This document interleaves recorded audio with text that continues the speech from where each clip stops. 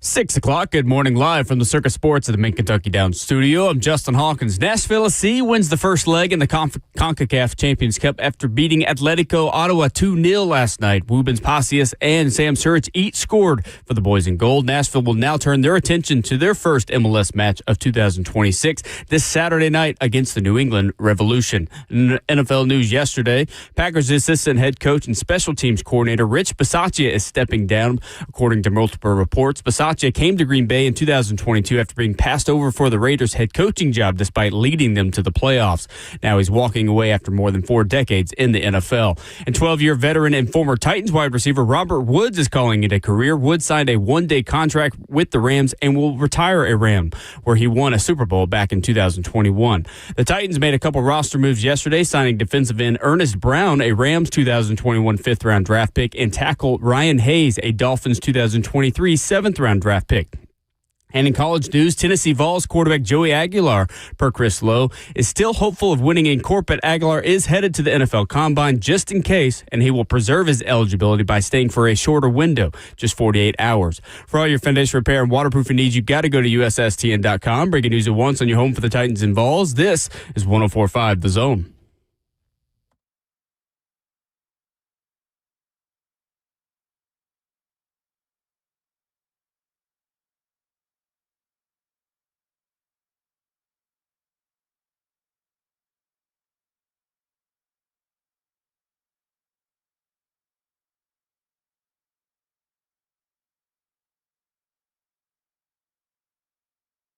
Out of the blocks and off and running on your Wednesday morning edition of Ramon and Will. Good morning. Morning. Thank you. Welcome in. Good morning. Good morning, sir. With your short sleeve shirt on today, man. It's 58 degrees outside. What am I supposed to wear? It's still wintertime outside, boy. Put a jacket on. Put a coat on. It's only the season that it feels like in that moment. And in this moment, it feels pretty good. Good morning on this Wednesday edition on your radios and smart devices. Ramon and Will streams live on Facebook Live, YouTube, Twitter, or Twitch. 615-737-1045. Rhett Bryan going to wake up with us a little early this morning, coming up in 15 minutes. Brian Rice of the Sports Animal in Knoxville at 7:20. Talking Titans running back fits today. And white whales, Ramon, as free agency gets a little bit closer. It is, man. People are trying to down this free agency class coming up, man. Well, they're not high on it. I'm just like, no, this is always the perfect time of the year for free agency. I don't care what folks say this time of the year, man. But they're trying to poo-poo on the free agency class, which I never get when people do this type of stuff. So let's go. 3 weeks away. I ended up talking to my NFL Connect yesterday, man. They're gearing everything up as nonstop. Had work to do a little bit yesterday as well. So we still are in the mix, man, as you over here make a weird face because you hurt yourself again. I did. So if you see me grimacing because I'm a very fidgety person. No one's surprised by this if they watch on 104.5 I am too now, TV. okay? I don't want to let you just think it's just you. Injuries with me, I'm weak now. I appreciate it. Yeah, I'm not calling you weak. I'm just saying to myself, like, I used to be better than this. Well, you played 11 years in the NFL, which gives you some built-in credibility there that I do not have, nor should I have. I hurt my left leg again. Weight room thing. I wasn't standing far enough away from the bench on Bulgarian split squats, which the fact that I was doing Bulgarian split squats to begin with, maybe easily a bottom 5 exercise one can do in the gym. Just 1 week. Questionable. I'm going to be limited in practice today, and we're going to see how we feel. Game time decision. I'm not going to get the same shot that many would to play because I have nothing to play this weekend anyway, other than maybe some golf that I've got to take out of my schedule. But not good. It's hard to sleep right now. Yeah, you don't realize like where your hips and legs go in those moments right there where you're trying to lay down and like be relaxed to go to sleep. Yeah, welcome to the show. I felt like a pinched nerve kind of thing and like pain on like my upper quad, my left side. Yeah, I'm cooked for a week. get to his late 20s and look at him. He over here aching and ailing. I'm going to be stuff, looking man. like Johnny Bravo by the end of the week, just doing arm days. Do you need to come see Dr. Hawkins? No, I'm good. Just a week of rest. I'll be fine. Let him massage it out. Nope. That is not going to happen. I can bring the therapist. That's absolutely not going to happen. Theragun. I'll bring the Theragun. I'll find us some Tiger Balm That would for hurt you. so bad. The Theragun will wreck you right That now. really, really. That's not what I need. Not what I need. Yeah, the Theragun will wreck you, So, dog. yeah, I'm going to be dramatic about it, but it's fine. It legitimately does hurt, though. Hey, So, men hurt as well, okay? You don't have to hold Yeah. up a brave face. I'm here to hear you out, Will, and just if you need Jayhawk to massage it out, he's willing. He got gloves and everything. I don't care what Not he's on got. me. I'm good. You know what? Actually, not only am I good, I'm great. I'm You great. don't even need it no more. Ramon says, well, suit yourself. Ain't nobody touching my upper leg at work. Not a upper chance. leg. Oh. Not a. That's what I said. Upper quad, Yeah. left side.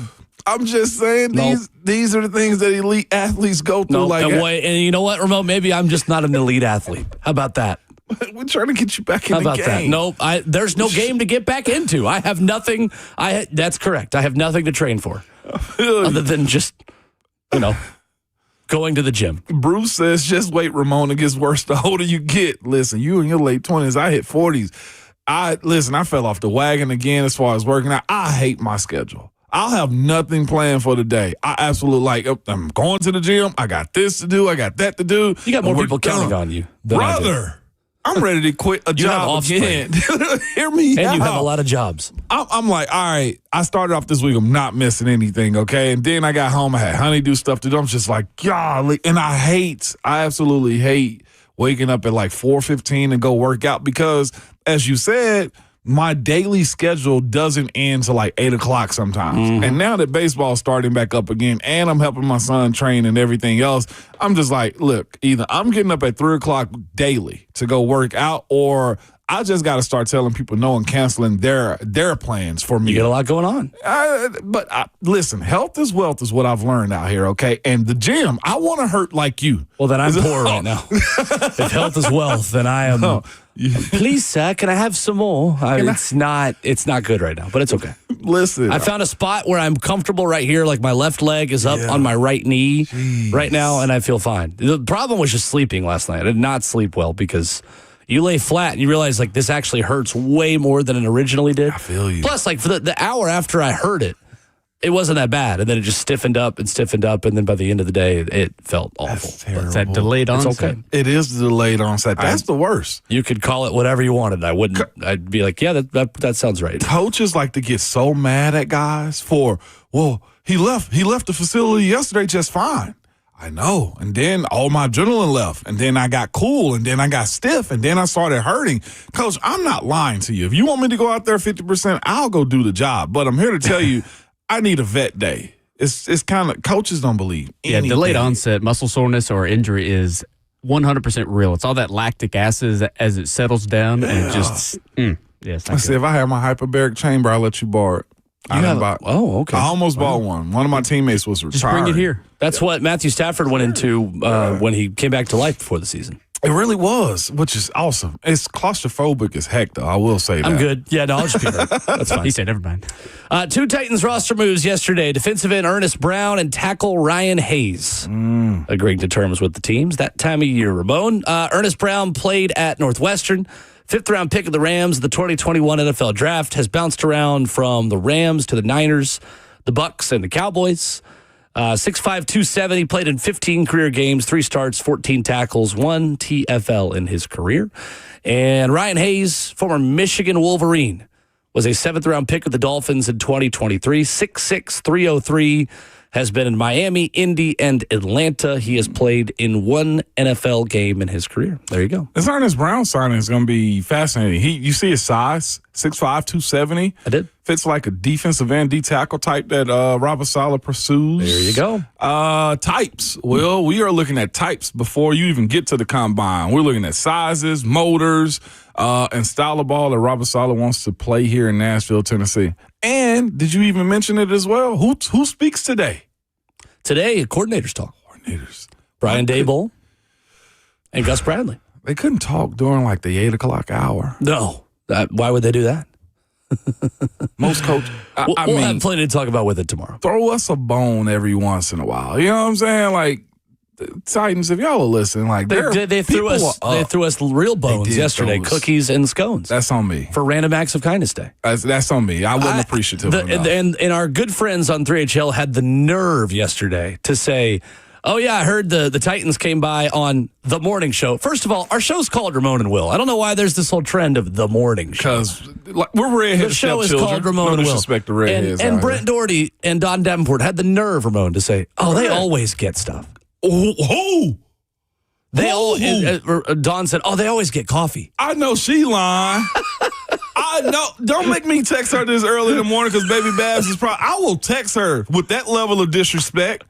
We always get what y'all just came back from Vegas And Santa Clara. Santa Clara. Yeah, that's right. We get what? We get nothing, and we have to like it. We didn't even get an invite to the curling event. Babs, I wish you would know your teammates. Name us. Say our name first, okay? Say our names, all right? We say right. 3HL all the time, and we love y'all. You gonna say our names first, okay? And to be fair, Joseph Bonanno was the one who said, oh, the morning show got it. We gonna have to do something with him. Yeah, okay? just 3HL maybe needs to know that their 5:20 appointment with Ramon Foster on the show might be more like 5:28. I'm not even picking up this week, just so you know. I'm putting pressure on them, okay? I'm not picking up the call. And we always get everything. Babs had a random foundation. By the way, I'm going to shout out to them. Second Harvest Food Bank, okay? They sent the Spread the Love. They launched their annual Spread the Love campaign, which is, I guess, spreading love around by donating jars of peanut butter, nut butter, jellies, and other spreadable foods. We didn't get this. Okay. Well, we didn't get the morning show. The morning show didn't get this. Right. Well, welcome to Morning Complaint. If you also have an open complaint this morning about how your workplace friends or teammates treat you or family as well, 615-737-1045. I'm here to listen. Jayhawk will pick up. Will is going to listen because his hip is hurting and he can't move much at all. In fact, we won't pick up because coming up next, Rhett Bryan joins us. We're going to preview the NFL Combine. Right. My bad, Rhett. Talk about some free agency headlines. Live for the 104.5 The Zone Circus Sports Studio. Kentucky's largest sports book can now be found at Circus Sports at Kentucky Downs. Titans Radio's executive producer, Rhett Bryan, joins us next.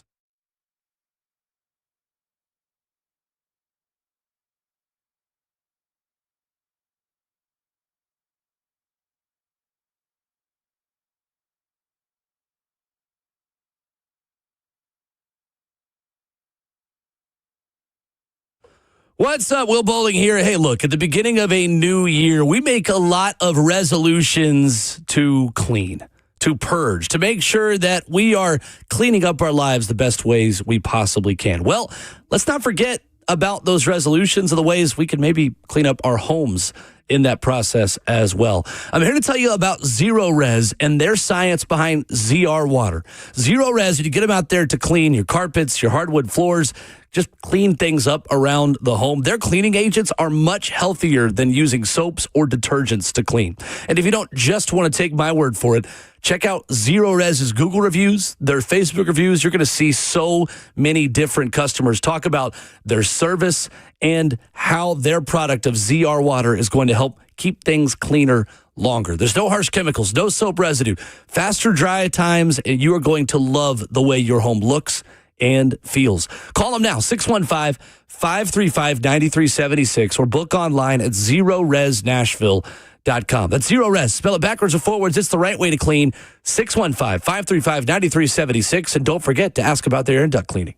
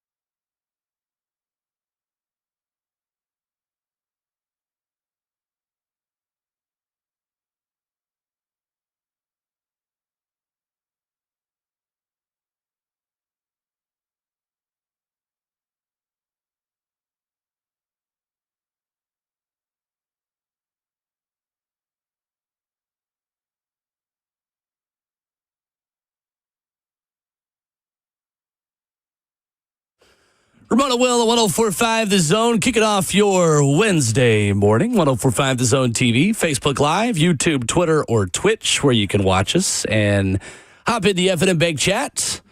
Joining us early this morning, he is the executive producer at Titans Radio. You hear Wednesdays on the show. Rhett Bryan, kind enough to join us here before the sun's up. What's up, Rhett? Good morning. Good morning, you gentlemen. How are you? We're good. We're good. We're good. Excellent. We're ready to talk more NFL draft, Rhett, with the Combine really fast approaching at this point. And by the way, welcome to the morning show.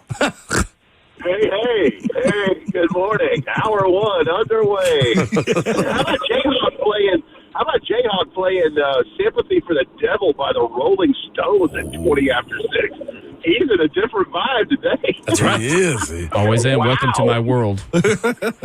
You're just living in it. That's true. I love it. Rhett, we are headed to the NFL Combine next week, and I know Titans Radio will have a ton of content coming out of Indianapolis. And as we get to know this draft class better, Rhett, really next week and hit the ground running on draft coverage that you and Mac have already started, what are you most looking forward to learning in Indianapolis next week? Just exactly how deep this edge pass rusher class is. Same thing for the cornerbacks and same thing for the wide receivers. Three areas that the Titans free agency need help in. I want to see how that shakes out. You're looking at, for example, Daniel Jeremiah, who we will have as a guest on one of the OTPs next week. He released his second mock draft yesterday, and he had 4 wide receivers going in the first round in his first mock that he put out at the end of January. He has 6 going in the first round this time around. And, Wow. It's the usual suspects. It's Carnell Tate from Ohio State, and it's Mekhi Lemon from Southern Cal, and Jordan Tyson from Arizona, but he's peppered in people like KC Concepcion from Texas A&M, and also the Boston kid from Washington that is the son of wide receiver David Boston that Coach Mack coached in Arizona, and the grandson of Byron Boston, the former referee for the NFL. Wow. And they've got him, Daniel Jeremiah does, going to the Steelers at 21. Rhett, if they had a combination of DK Metcalf and Denzel Boston, you've got two, four, you got a 4 and a 5, as we'd say in basketball. You would have a power forward and a center between those two guys. Yes, with all due respect to the Big Apple in New York City, you would have a different set of twin towers in the Steel City because, Denzel Boston, he's a legit 6'4", 2 bills and change. And, there's a pipeline out of that, especially after UW made the college football playoffs a couple of years ago. There's several of those guys sprinkled around the league. But, I'm interested to see that. And then, I mentioned last week Brennan Thompson, the wide receiver from Mississippi State, who's also been invited. My thought I gave to you guys last week is that this guy, first of all, he's legit track speed from the University of, high school Texas guy. He was a track champion at 200 meters.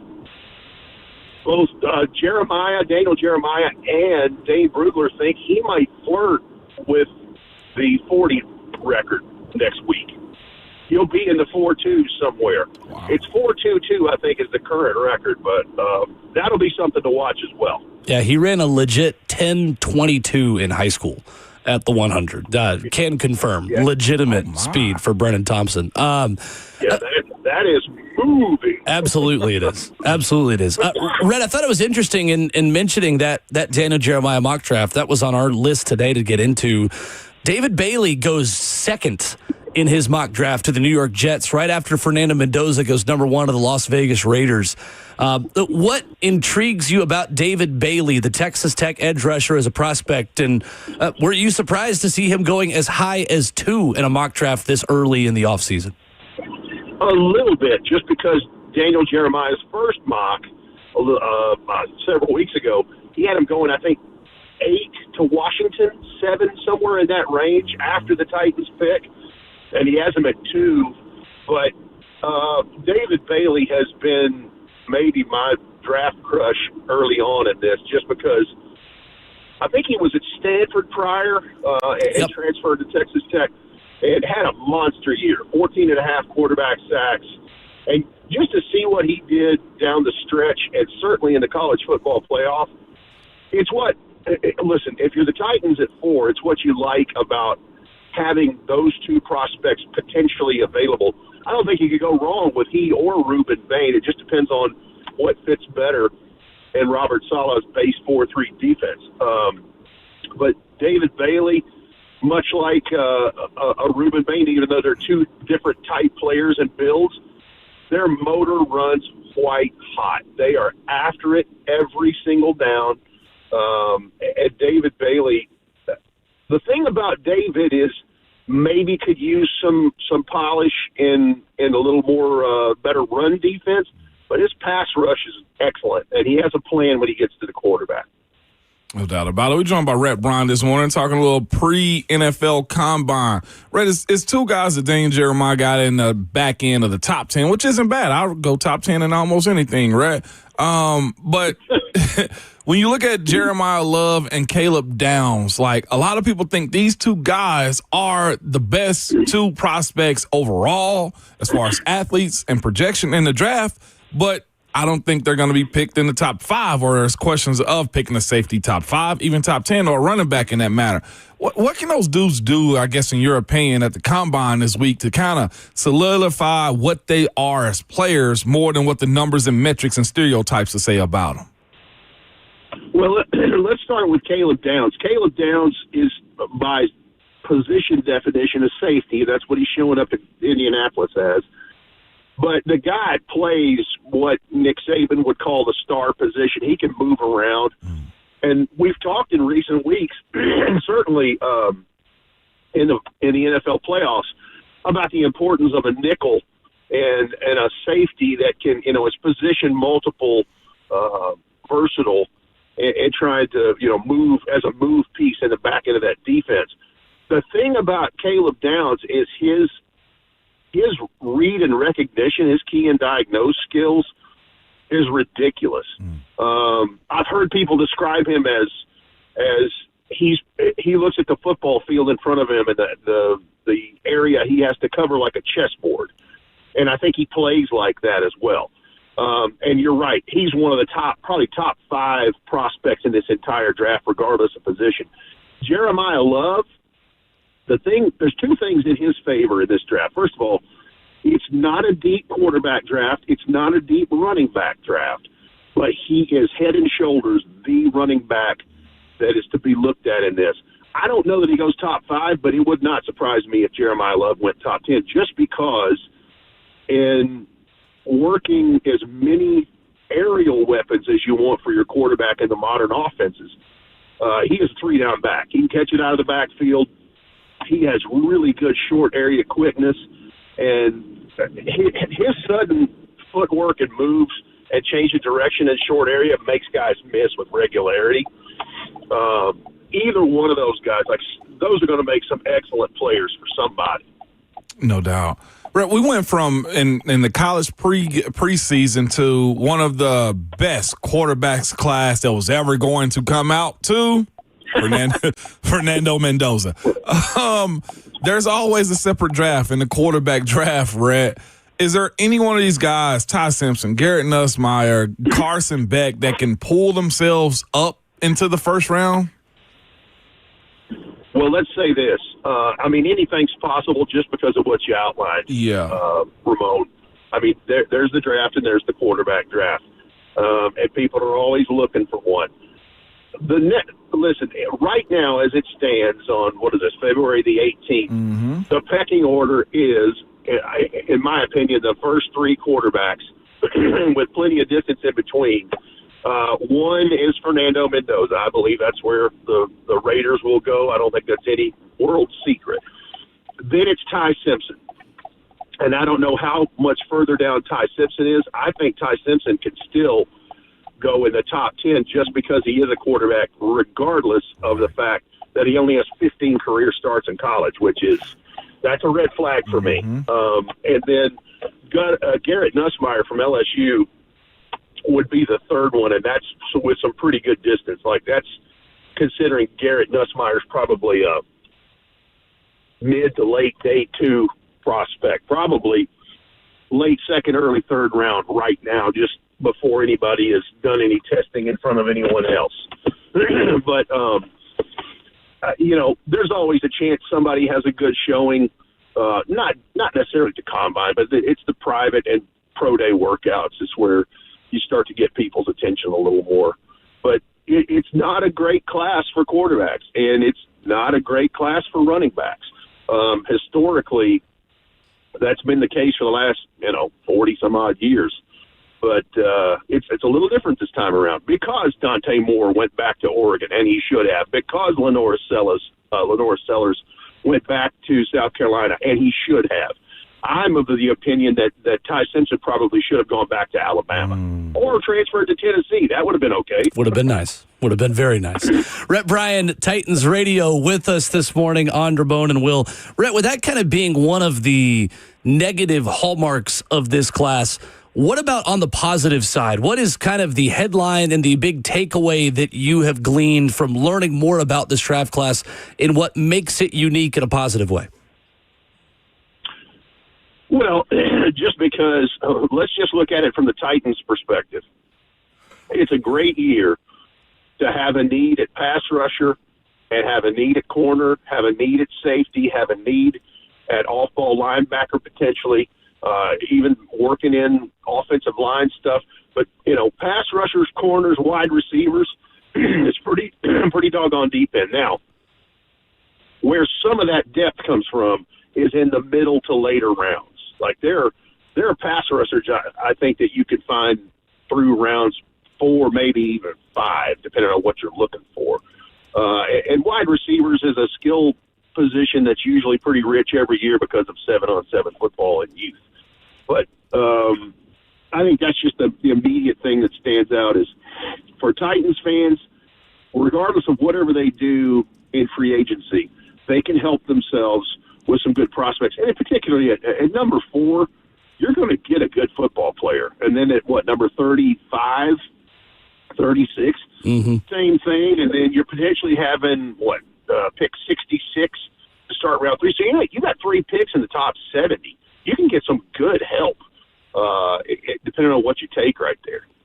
Rhett, we're going to have a conversation later in the show about what the Titans can do at the running back position. And it was well documented how good this offense looked down the stretch and how much better Cam looked when he had a consistent run game. Part of that, as the team has talked about, was committing to it, even on passing downs on third downs. Part of it was blocking. Part of it was just running backs playing really well and Tony Pollard having a good finish to the season. It is an interesting position, Rhett, to look at because you could keep Tony Pollard. There is a natural spot in his contract to move on from him. There are running backs like Breece Hall and Kenneth Walker who are out there. How do you begin to address the running back position, Rhett, and where does it rank on your list of priorities for this team to address in the offseason? Well, let me start with your latter question. Yep. I would think that depending on what happens in free agency, I think edge pass rusher, I think corner, maybe safety, maybe another offensive lineman or 2, and off-ball linebacker, wide receiver. I would start in some order there, and then I would think about the running back part of it. Because free agency comes first, maybe running back is a target there. I find it interesting that the early reports are that Kenneth Walker more likely will not be tagged after being Super Bowl MVP. And it's, tagging a running back is not, it's not a common thing just because of the numbers attached to it. I find it interesting that in the reports I see yesterday that the thought is that Breece Hall may actually be tagged. And so I guess it just depends on what you want to do there. But you're right about Tony Pollard. They have flexibility with the way his contract currently sits to be able to do what they want, whether they want to keep him in the fold or whether they would like to make a move in a different direction. The good thing is you've got Tyjae Spears, who's still under a rookie contract, and if you can keep the young man on the field, which I certainly hope that you can only help yourself. I mean, he's shown propensity to make big plays. So it's just what you want to do. But you're right. Down the stretch, they recommitted themselves to the run game, and it was a help to Cam Ward in that offense. Right, I hate to ask a question like this, but there's no other way to kind of really ask it. But the coordinators are supposed to speak today, man. What kind of information, I guess, most will be looking for or expecting them to say, especially with Gus Bradley and Brian Dable speaking today? Probably nothing about the ball heads, though, right? We'll leave that alone. Yeah, the bald club is strong, but yeah, I don't know that I'd look for anything earth-shattering. The Right. introductory pressers are usually the general coach speak. I'm interested to hear just how excited Brian Dable is to coach Cam Ward, which, it's no secret he really would like to have coached last year. Now he gets the chance to do that in a different capacity. And just what his thoughts and ideas on this offense are, with him being the centerpiece of it all.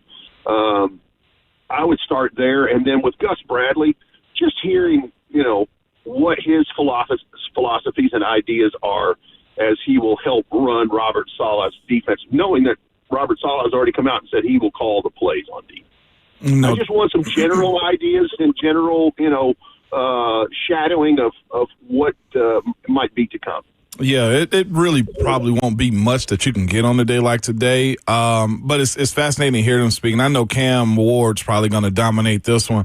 I do think it's fascinating watching what type of offense that he can kind of put together for Cam. This is I think this is a really good hire. Having a head coach type being able to coach him. But as you said a second ago before going to the combine, there's a lot that has to be hashed out in free agency as well before we even start to see the picture that they're painting, right? Yeah, and the other part of it that stands out, and somebody will probably pick up on this earlier comment from Robert Saleh's introductory presser, but he talked about how different it is to defend a Brian Dable offense because it is so different from the common Shanahan tree that is so much throughout the league in so many different places, and the challenges that it brings on for a defensive coordinator or head coach. So that's something else maybe to think about, is what Gus Bradley might answer that question with, and how Brian Dable answers that question with what sets him apart, what makes him different from what has become the norm throughout the league. He is Rhett Bryan joining us early this morning, executive producer of Titans Radio every week on Ramon and Will. Looking forward to heading up to Indy with you next week, Rhett. Excited for draft season to kick into high gear. We appreciate you joining us early today. I'm glad to do it, and getting ready to go do a school show with T-Rack and our Titans cheerleaders here in just a little while. But I'm very much looking forward to going to Indianapolis, to St. Elmo's Steakhouse, to 319 fellas doing what we call the Underwear Olympics. So it should be fun. Love it. Thank you, Rhett. Appreciate it, Rhett. All right, boys. Take care. Yes, sir. Rhett Bryan with us early here this morning, talking some NFL draft. Good stuff, man, by Rhett. Rhett's very thorough. Heck, the car version of Rhett was just as good. There was no fall off, no drop off whatsoever. Absolutely right. I like him in studio, though. Coming up, Nashville SC opened its season with a win last night. Big dubs. Tell you what you missed if you weren't tuned in. Coming up next.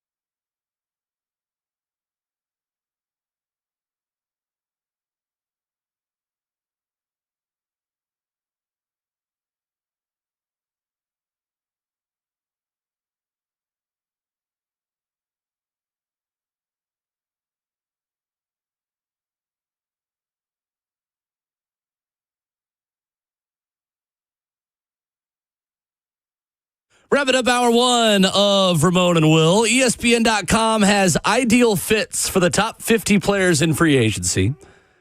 And 2 of them are best fits for the Titans. We'll tell you who they are coming up in 15 minutes. 615-737-1045. We've got Ramon doing soccer play-by-play in the studio during the break. I'm on it. A sentence I never thought I would say, but I am quite enjoying. I'm on it, okay? Ball is inbound. Pass to the black guy with the dress. Okay, cross his body. Go! That goalie on the other team, I'll say it, he's mid, okay, below the line. There you go, my brother. Throw up your set right there. There we go. It was the black guy with the dress. Little fist pump. It's light. It's from me. We were He's told cool. not to use that drop. Yeah, we were cool. We were? I'll take the fall for that one. The morning show take the fall for that one. Yeah, that wasn't Ramona Will. That was the morning show. He ricocheted that off somebody's body. Nashville SC 2, Atletico Ottawa 0. After 101 days of offseason, the boys in gold get their season started with a win last night. Goals from Wubens Passius and Sam Surridge to take a 2-0 lead into the second leg of the CONCACAF Champions Cup opening round. Some things to work on here. I think a lot that BJ Callahan will take away and say, that's a fine start. That's a fine result. How do we unlock a little bit of this attack more and start to get to know each other and some new pieces within this team? A lot of changes in the starting 11. And to be fair, a lot of guys that just haven't played before who are playing in that front line. When you talk about Warren Madrigal coming in his first season with the team, Wubens Passius his first season with the team as the season begins, and then on the left-hand side, Ahmed Kassem, who came in last year from the starting 11. We got a little bit of a glimpse, though, Ramon, into what it's going to be like when Hani Mukhtar, Sam Surridge, and new signing Christian Espinoza are on the field together. We got about 10 minutes of those three, and it lived up to what are going to be very high expectations. Small window, not an MLS opponent. It was an appetizer to what we hope will be a feast this weekend against the New England Revolution. But there was a lot to like about that second half, specifically in the way Nashville came out.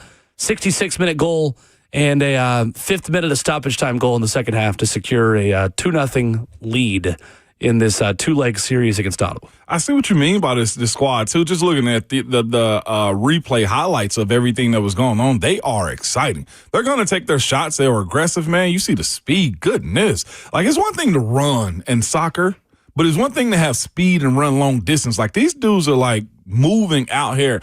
Just on the small sample size of their season opener, I'm getting excitement from them.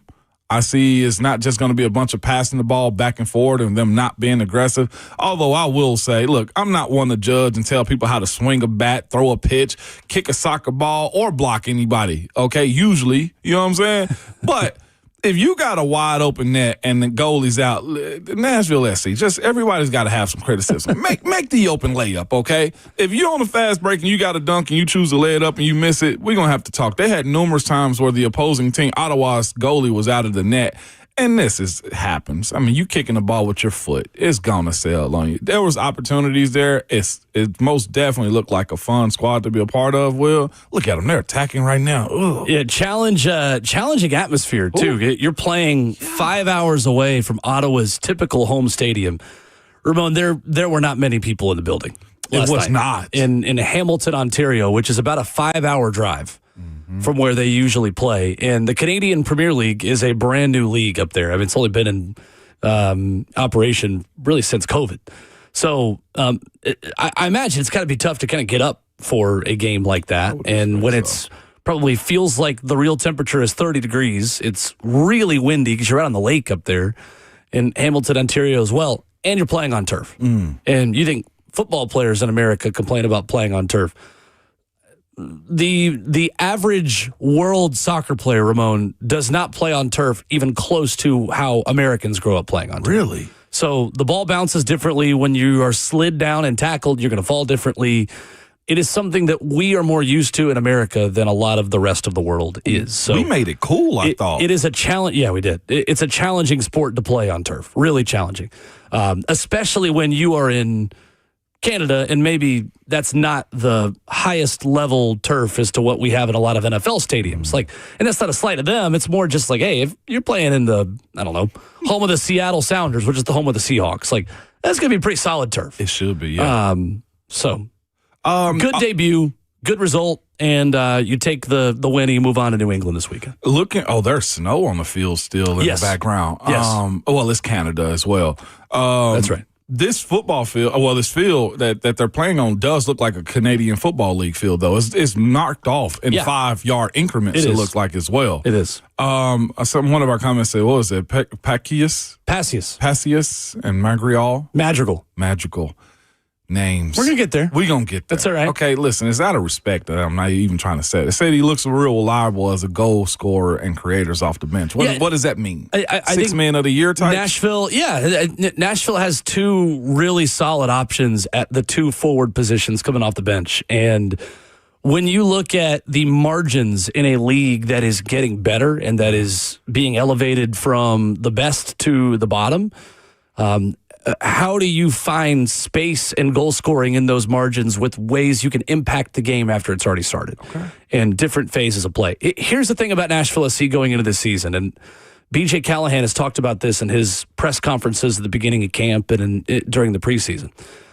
There is an added respect, Ramon, that Nashville will get from its opponents. Oh. So what that means is when teams come to Geodis Park this season, they will be trying to get something and not necessarily win the game. Now, there are exceptions to that. There are many teams that will come here and try to win. But if teams come to Nashville and try to play with possession, open up the Nashville defense, be expansive, as we would say in the sport, and try to win the game, they're going to lose the game. Their better chance of winning is trying to draw. So that's an oversimplification of it, but for the sake of conversation and for getting you into the sport and into Nashville SC, I think it's the best way to phrase it, in that teams will try to sit back and say, have possession. Have 55 to 60% of the ball. What are you going to do with it? And if you set up and play for a draw, well, all of a sudden you get one counterattack.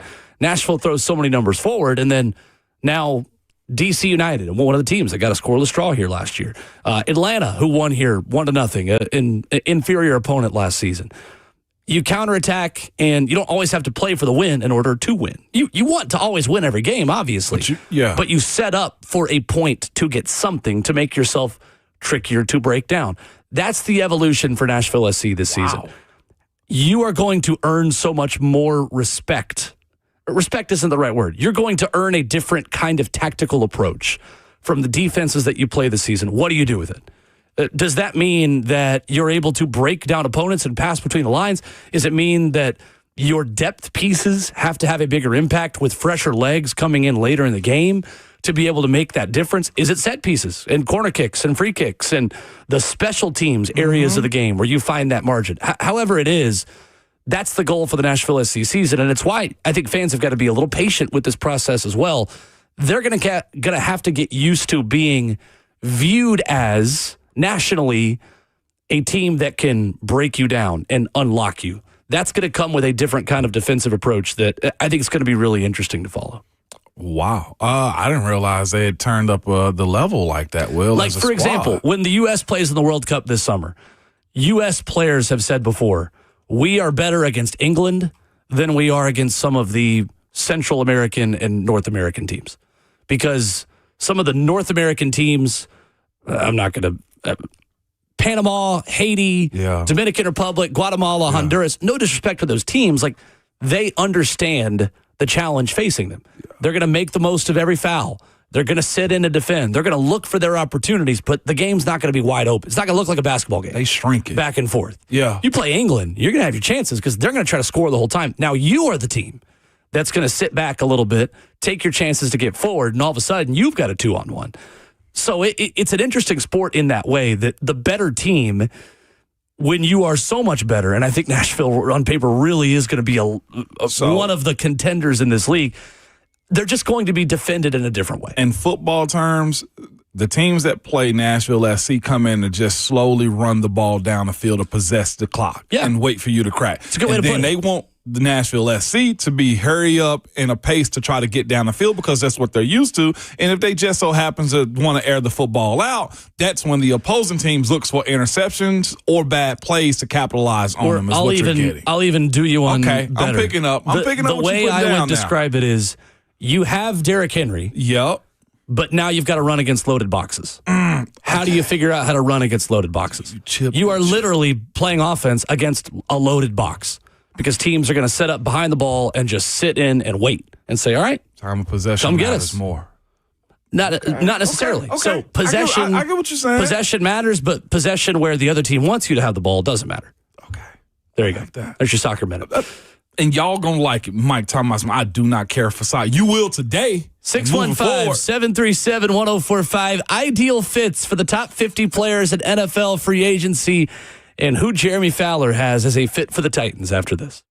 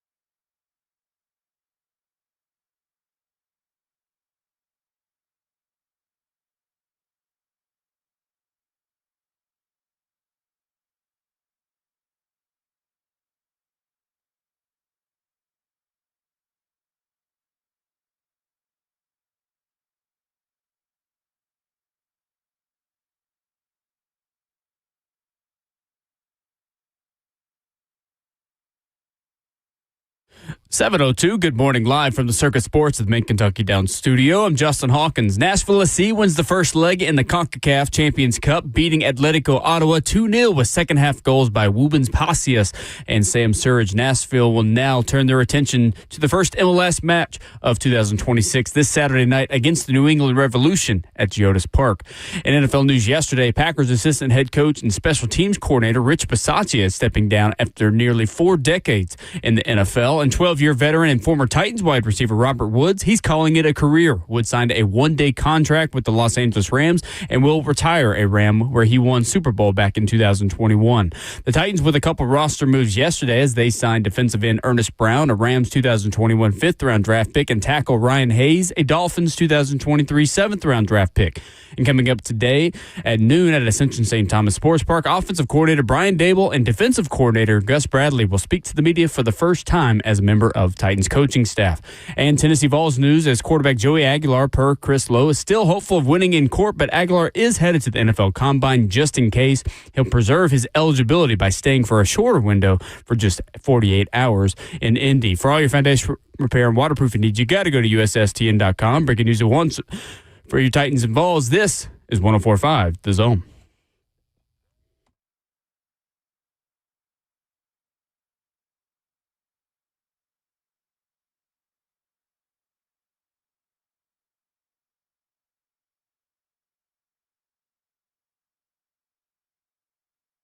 Away we go to hour number 2. Wednesday morning starts right here on 104.5 The Zone with Ramon and Will. He is the 11-year NFL veteran involved for life, Ramon Foster. Justin Hawkins is at the controls. My name is Will Bowling, 615-737-1045, the number. Michael on YouTube writing in the F&M Beg chat. Need more soccer throughout the season. You got 4 hours to pencil in 10 minutes. Then we can get back to all these corners about to be cap casualties. You know what, Michael? Your wish is our command.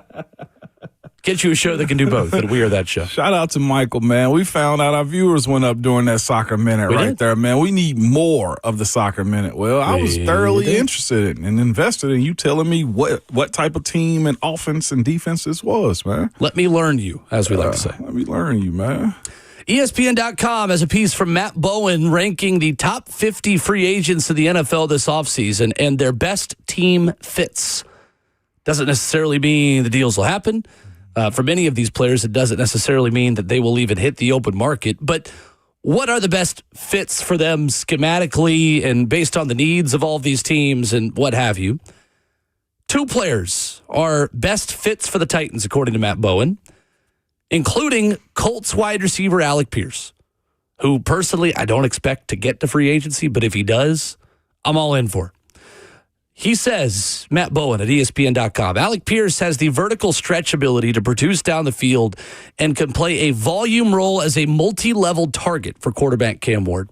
Pierce averaged a league-best 21.3 yards per catch with the Colts in 2025. How aggressively, Ramon, do you pursue Alec Pierce if he does surprisingly become available? I think pretty aggressive. I'll say this. I'm trying to figure out what they're going to say his projected contract will end up being here. But here's the thing about it. The wording that I liked in that breakdown was a guy that can produce down the field in like volume for the Titans. Like that's what they need. Like is Alec Pierce going to end up being your just elite wide receiver? I'm not sure. He hadn't been in that role before to be the numero uno guy, right? You've already paid one wide receiver. You kind of see how that worked out for you. But here's what you do know about Alec Pierce. He's been available. He can get down the field, and there's never been really a question about his ability to catch footballs. That's what you're looking for. Somebody that can at least keep the back end of the defense honest. And the volume side to me. Put the ball in his hand or in the vicinity that he's running into. That's what I feel like more than anything. This wide receiver group is lacking. Somebody that can just get you 8 catches in a game if you need. If he becomes available, Alec Pierce quickly, Ramon, becomes my number 1 target in free agency for the Tennessee Titans. Last season, Dan Moore was the big money target. He was the guy that they went out and spent a premium for. Yeah. I believe that in 2026, if they have the opportunity to sign him, which again, I'm skeptical on, Alec Pierce is that guy. The average depth of target, the yards per reception, the deep playability that he gives you for a quarterback in an offense that is going to be heavily predicated on Cam Ward's ability to complete passes downfield, this is exactly what you need. 1,003 receiving yards a year ago, 6 receiving touchdowns, ranked him top 20 among wide receivers, but he had 1 drop, according to PFF. Fourth best in the NFL among wide receivers. 21.3 yards per reception. We just told you was number 1 in the league. His average depth of target was 20 yards downfield. He was targeted 20 yards downfield on average a season ago. That was the longest and the largest number in that category of any wide receiver in the National Football League last year. Quarterbacks had a 113 passer rating when targeting him. That was 11th best in the NFL. All things that Cam Ward desperately needs in his 2026 offense. And he's been a guy that's stepped up in moments you needed him to. You look at his track record over the years in the NFL, he's gradually ascended up when it comes down to his level of play and yards each and every year. The no drops is what's grabbing my attention. I feel like this past year, this wide receiver and tight end group was just riddled with drops across the board of the inability to be flexible enough to go up and get the ball. That's one other component to Alec Pierce's game that he's really good at. He has that go-get-it mentality, whether the ball is up in the air or across the field where he's got to catch and run. That's the uniqueness to his game and the size as well. Young man is over 6'3" tall, 6'3" in height. So he's got the body type to go get it. Not just that, you mentioned again, he's not getting 20 yards down the field just off him being a turtle getting down the yard. He's got speed as well. SpotTrack's got him listed at just over $20 million for his market value, but the franchise tag, if Indianapolis goes with that, would be around $28 million. I would say on the open market, he'd probably get about 24. Probably split that. Daniel Jones is their designated guy, from my understanding, or will be. Mm-hmm. It depends on how they view his injury. What did he get? Achilles? Yeah. I was about to play the name that or guess the contract number game with Ramon, but you've given him the answers to the test now. Oh, we should have talked off here. I would have did it. It's all good. I'll act surprised again. I'll act like Michael Scott. $20.2 million. No, we already said it. It's fine. I really think he gives you exactly what you need. Yeah, I do. I also don't think the Colts are in the position to lose targets, considering their quarterback situation. But they also have an expensive roster as well. So this roster gymnastics that they're going to have to play with Daniel Jones if they value him. I mean, what do they do with Anthony Richardson? They got an expensive offensive line. The defense is getting paid. Grover Stewart, all those guys. And they got Sauce Gardner.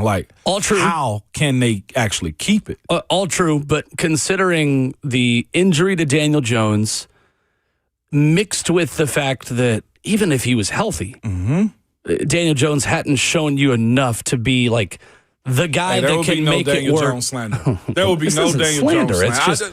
It's just it's being realistic to say that Daniel Jones still needs to prove that he can consistently perform the way he did the first half of the season. And the best way to do that is by, at least in this context, running it back with the guys he has. There are quarterbacks that can make it work with bargain buys at wide receiver. I don't consider Daniel Jones one of those quarterbacks. A bargain buy. Their alternative is Anthony Richardson. Well, on the roster now, Riley Leonard's there. Yeah, but and then I think they could also go in free agency and look around a little bit. That, to me, is a logical landing spot for a guy like Justin Fields, if he is let go by the Jets. Okay, I know just say that? No, as they wait for Daniel Jones to get healthy. I'm not saying he's the long-term one there, but considering the way Shane Steichen in the RPO game uses the quarterback's legs and simplifies, I think, a lot of the reads for his quarterbacks, considering he made it work with Jalen Hurts in Philadelphia, I think someone with Justin Fields' athleticism makes sense as a stopgap as Daniel Jones rehab. I got a better version of Justin Fields. I don't think we're talking about. It's Who's Malik Willis. I see. Don't you think that's a little rich for their taste? I do think it's rich, but I look at this situation. If they're going to keep Daniel Jones, and are they franchise tagging him? We'll see. We'll see what they do with him. But the only reason I bring that up is if they fully do scrap Anthony Richardson, say thank you, Daniel Jones, but no thank you, or it's going to be a while before he gets back healthy, that option of Malik Willis is most definitely going to be there. Now, to your point, what Shane Steichen has to figure out is how serious are you about competing at that position and next season. I think Malik Willis has the ability to get a multi-year contract upwards of $30 million a year from Miami. And I don't think Indianapolis should be or is going to be willing to enter those sweepstakes. No doubt about it. I'm just looking at the scenarios in which, hey, if this is the guy that's going to get you over the top, Shane Steichen, as a coach more so, and make this team competitive, like that's at least is one healthy option. I'm personally, the reason I brought Malik up is the Justin Fields replay, I think it's time to return it back to Blockbuster. I agree. That's why he's a stopgap. All right. That's why Justin Fields is, in my opinion, best suited for a place like Indy that has their answer at quarterback already, but has a unique situation where they're waiting for that guy to get healthy again. Then they can't pull the scenario we spoke about yesterday, Indy. Not that we're trying to build their team up, but they can't trade for Tua, or they could, but for a draft pick. I don't see that. What they could do is wait for Tua to be released and then go get him. But no, I don't see them trading for Tua because they don't have the cap space to take on. I mean, unless Miami agrees to take on a lot of that signing bonus and a lot of that money, but I don't see that happening. They, to me, the only reason I bring up a guy that's more healthy and ready is when you look at the makeup of this team and how they've kind of set themselves up. The Colts, offense and defense, is primed. Now, losing Alec Pierce don't do them any justice, but they are in the go-get-it era right now. They are. And within that context, you're right. Malik Willis would make a ton of sense. Malik Willis is going to have to decide which project matters most to him. Are you willing to take a shorter deal with a team like Indianapolis where there is a quarterback in place? But also, if you make the most of your opportunity, you're going to keep playing if you make the most of it in September, October, and beyond. True. Or would you rather go to a place you're going to get paid and have long-term stability and be the catalyst of a rebuild in somewhere like Miami? With an organization with a defensive coordinator, now head coach, and Jeff Hafley, and general manager and John Eric Sullivan, who was on staff when they brought you into Green Bay. So that to me is going to speak volumes. The way Miami pursues Malik Willis, I think will tell you how Green Bay and that organization really felt about him. Because John Eric Sullivan and Jeff Hafley will have really known behind closed doors who Malik Willis is at quarterback. And if those guys don't want to invest big money in him, I think it would be a little bit of a red flag if someone else did on Malik Willis's future. That's true. My thing is, who's going to be the cheap option for Indianapolis? Because at quarterback, the franchise tag sits at $47 million. For putting that into a quarterback like Daniel Jones, who's only going to play half the season because as he gets back from his rehab, that's a lot of money to invest in a quarterback. If you need a stopgap, you're going to have to go cheaper. The cheaper option, I think, would be Anthony Richardson. It's 47. He's already on the roster. Yeah, you already have him. 615-737-1045. We'll get to the other name we didn't get to, the edge rusher that Matt Bowen has a good fit for the Titans for later on in the show. But coming up next, we shift gears back to Vol's conversation. Talk a little bit of Joey Aguilar, Tennessee Hoops in action, anything Rocky Top related with one of our favorites, Brian Rice of the Sports Animal, who joins us after this.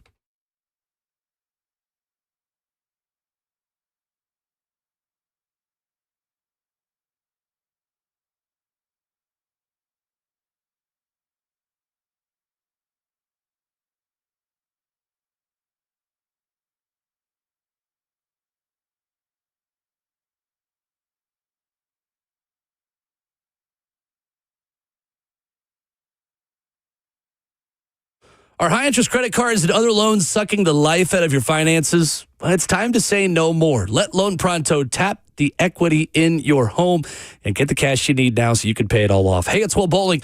Corey and Jack called Loan Pronto. In a matter of days, they had $160,000. They kept their 3% mortgage intact and didn't even need an appraisal. With all that cash, they wiped out all their credit cards and 2 car loans, saving $2,000 a month. You can do it too.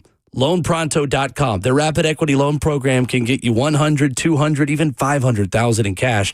Chloe and Ethan just did it, consolidated all their high-interest debt into one super low monthly payment, giving them an extra $1,000 a month. Imagine, pay off all the credit cards, slash your monthly payments, breathe easier, Get your life back.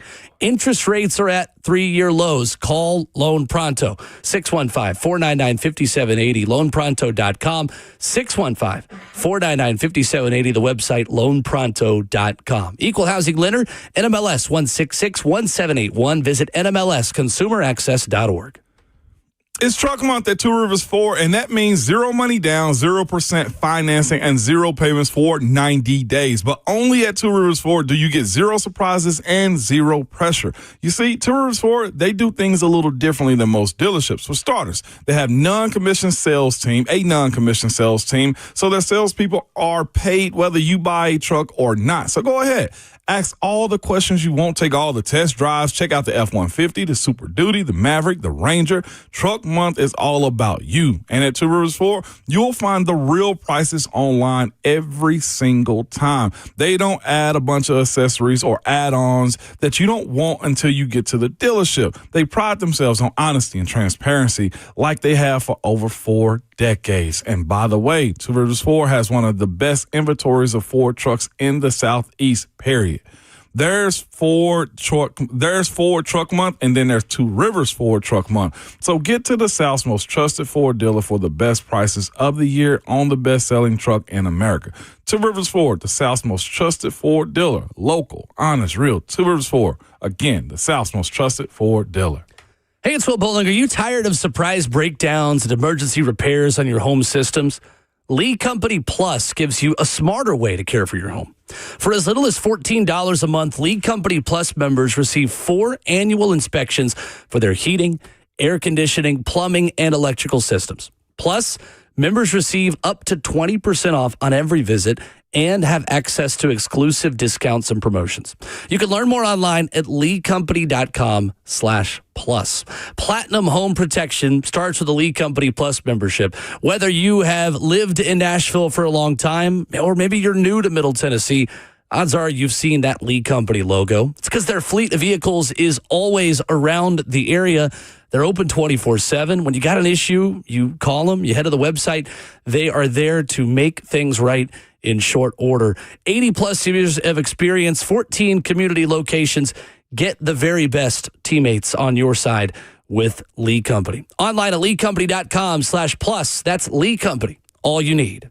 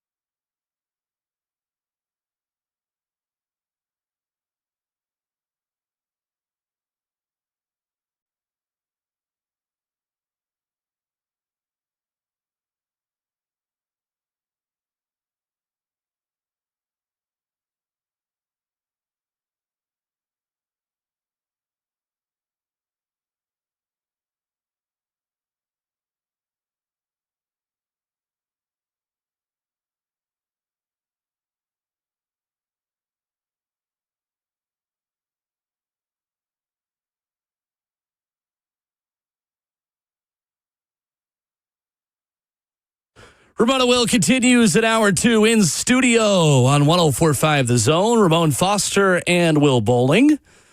Talking some Vols this morning and joined by our very good friend Brian Rice of the Sports Animal and the Vol Network in Knoxville. As always, there is a lot to get to because there is never a dull day on Rocky Top. Good morning, Brian. How are you?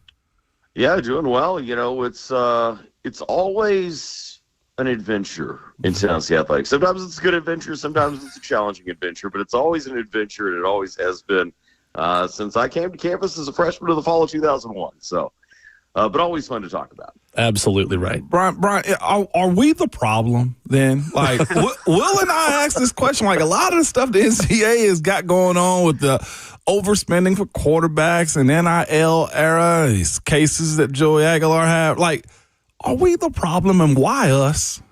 Well, you know, my dad has always had a phrase that I've embraced that I think applies. All I ask for is an honest advantage. And so, yeah, in some cases, Tennessee was on the forefront of some things. And you know, with Nico Imaliava, I think it bit you, and then it started, you know, what the market is in college football. But ultimately, anytime you're innovative, anytime you're trying to get that advantage, yeah, sometimes you're going to be on the forefront. Joey Aguilar wasn't the first person to go, now, why doesn't junior college count? But now he's going to be – I don't know that he's going to be the poster child for it. I think Diego Pavia is always going to have that. And certainly if Joey Aguilar wins in state court, it's only applicable to him and not necessarily to anybody else. But, you know, sometimes Tennessee's asking the questions of why is this a thing just because it's the way we've always done it? And that puts a target on their back from some people, and it makes you seen as a leader by others. Brian, it's really interesting the way this process has gone with Joey. It felt like this was a slam dunk maybe before everyone entered the courtroom last week. Obviously, those feelings changed pretty quickly over the weekend, and all the insiders, you guys have them on, and we do too, and Austin Price of the show yesterday with us saying, like, it feels kind of like a coin flip at this point. Do you have a gut feeling on the direction this goes, and what has been the local feeling that's kind of changed over these last couple of days as Joey seeks that other year of eligibility? I've always thought it was a coin flip. Now, I was in the minority on that going in, and I think now I've emerged kind of on the majority of it. And the funny thing is, as I listened to the hearing last week, I actually became more optimistic about his chances. Now, again, I started at a different place than most people did. But the one thing, and my entire legal background is on the criminal side. It's not on the civil side. So processes are a little different. But one thing that is the same is a judge in a hearing like this is going to question both sides and is probably going to ask questions that he knows the answer to and some that he doesn't know the answer to. And he's going to do that because when a judge is making a ruling, the only things he can consider are the things that have been presented in open court. Same for a jury in a criminal trial. They don't get to watch the news reports. They get to consider the evidence that's put in front of them. So he had to ask a lot of things. When I thought it was interesting that the hearing was more about money than it was the junior college rule, but I also think that helps Joey Aguilar, and it helps him for this reason, in my opinion. The damages that he would be entitled to should he win but not be allowed to play this year are going to be very hard to calculate because there are so many factors at play, whether it's average value of other quarterbacks and what they're receiving. If he has a really good year, then his value continues to go up during the year. You don't know what those things are. You know, if Joey Aguilar, let's just say has a great season and he's a top 5 finalist for the Heisman. Well, he's getting an extra $150K from Nissan to be in the commercials in the month of December. Okay, well, you can't quantify that because you don't know that it's available right now. So I actually think the uncertainty helped his chances of getting an injunction because it would be difficult to quantify what the damages would be should he win but not be allowed to play. And the NCAA doesn't suffer any damages if they allow him to play and ultimately his suit is unsuccessful. Brian, it's a really interesting proposition, I think, for fans right now. We ran a poll yesterday about if fans want or don't want Joey back. I was a little surprised to see a very small majority, but still a majority, would just rather move on and roll with George McIntyre or Faison Brandon this season. Have you felt that in Knoxville? And if so, how surprising is that to you that a lot of this fan base and a lot of just the college sports world is almost starting to side with the NCAA on some of these cases, which certainly was not the case 2 or 3 years ago? No, and I think the reason people are doing that is because so many things have changed in college sports. People want to cling to some normalcy. I was stunned by the results of your poll. Now, when I took a snapshot of it at about 8:20 Central Time yesterday, when our show was in its early minutes, and I just saw it scroll by, I pushed the eject button on what we were talking about for the second half of our opening hour and brought that up. Because I do think it's a different sample size in the mid-state than it is here in East Tennessee. Sure. Because in East Tennessee, it's overwhelmingly, we want Joey Aguilar because we want to win. And we think that that's the quickest path to win. Now, there are a lot of people, that's not saying it's everybody, but because there are a lot of people that are in the more old-school mentality of, we fell in love with this guy on the recruiting trail, now he's had a year in the system, now we're ready to see him. And I think that's a normal thing for fans that have been around for a long time. But the other side of it is you're trying to win at the highest level you can every year now. There's no more build up to a big year at any school. That doesn't exist in today's world of the transfer portal and coaching expectations. So I think most people that want to win first are saying, give me whoever you can. And Joey Aguilar has a little different pull on that because he's done it before. I think when Tennessee was looking at big-time transfer quarterbacks, we heard a little more pushback from fans of, why can't it just be the guys we recruited? If it's not now for the guys we recruited, when is it ever going to be for them? And so I think that's all at play here. But I think I was surprised by how your poll went. But I think there's also a little bit of, you don't have the opportunity to see a homegrown in-state talent play quarterback for the home state school very often anymore. It's why Ty Simpson was attractive when there was the thought that he might enter the portal. Mm-hmm. But at the end of the day, fans that want to win, I think, see the quickest path to winning next year as Joey Aguilar, and then the chips fall where they may after that. The good thing about Joey Aguilar here, it's double-edged.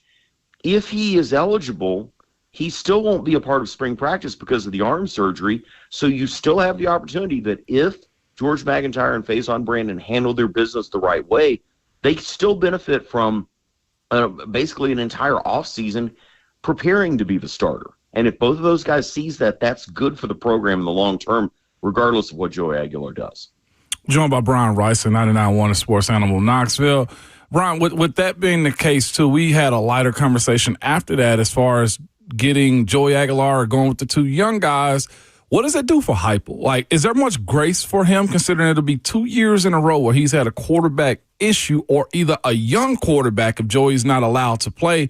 Where is his security in this world of college athletics right now for football coaches?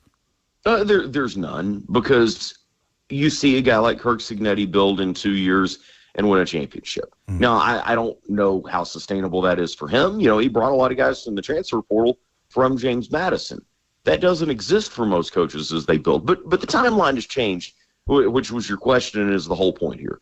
The people that are saying, well, how is Heupel in this situation in year 5? Well, because every year is its own thing now. I mentioned it a minute ago. There's no build-up to a big year. Yeah, you're still recruiting the best high school players you can. But if you have a chance to replace a guy with a more talented player that you can get out of the portal, you do it, because you're judged now on every year. And at the quarterback position, Josh Heupel hasn't had a returning starter basically his entire tenure at Tennessee. Mm-hmm. And at some point, that weighs on your ability to compete year in and year out. And so people were frustrated this year because you didn't achieve your goals. When Nico Iamaleava left, if you had told most fans that you were going to go 8-4, I think most everybody would have signed up for that. But then Joey Aguilar comes in and he shows you that your ceiling's a little higher, and then it turns out it's the defense that's the problem. Mm-hmm. And so now you emerge from that, and you hope that you have fixed the defense by bringing in Jim Knowles, by bringing in some talent there. If you have an opportunity to have the same or a similar offense this year, you take it, because if the defense had just been bad last year, you might have gone to the playoff. It had to be terrible for you to lose those extra 2 games, and that's what happened. So people's evaluations can change. I can tell you right now, I see 3 losses on the schedule. You lose those 3 games, you're 9-3, you're on the edge of the playoff. Well, you guys know it. You're going to be mad as hell on those Monday mornings after those 3 losses. Yep. So it doesn't matter what your expectations are coming in. Once we live it in real time, people are going to be up and down, and they don't want to see the same thing over and over. And I think for Josh Heupel, that puts him in a more pressure-packed situation than perhaps he would have been in a different era of college football. Brian Rice with us this morning. Okay, talking about hypotheticals and real right now. Brian, is this not the worst 2 weeks that Kim's had with the Lady Vols or what? Last night, I mean, the quick handshake with Ole Miss's head coach, the loss to South Carolina, I get it, the UConn loss, and then last night as well in the makeup game. What are we to make up this squad and her and control at this point, Brian? I think there are, when Tennessee faces teams that want to live in the paint, that is a bad matchup for them right now with how this roster is constructed. And if you're not going to hit shots, then you're not going to be able to have a real counter for that. Now, when you go back to the Texas game this past weekend, ends up being a 2-point game. The difference was you hit shots throughout the game. In all of those games, South Carolina, it got away from you early in the first quarter, and they just kept coming and coming. But if you look at UConn, you had a lead on UConn in the third quarter. Go back to the UCLA game back before Christmas. I think that's one of the best teams in the country, along with UConn and South Carolina. You had a lead a couple of minutes into the third quarter, and then it fell apart. Last night, the third quarter, you were down at halftime, but the third quarter is where you dug a hole that you couldn't get out of, despite a really good fourth quarter.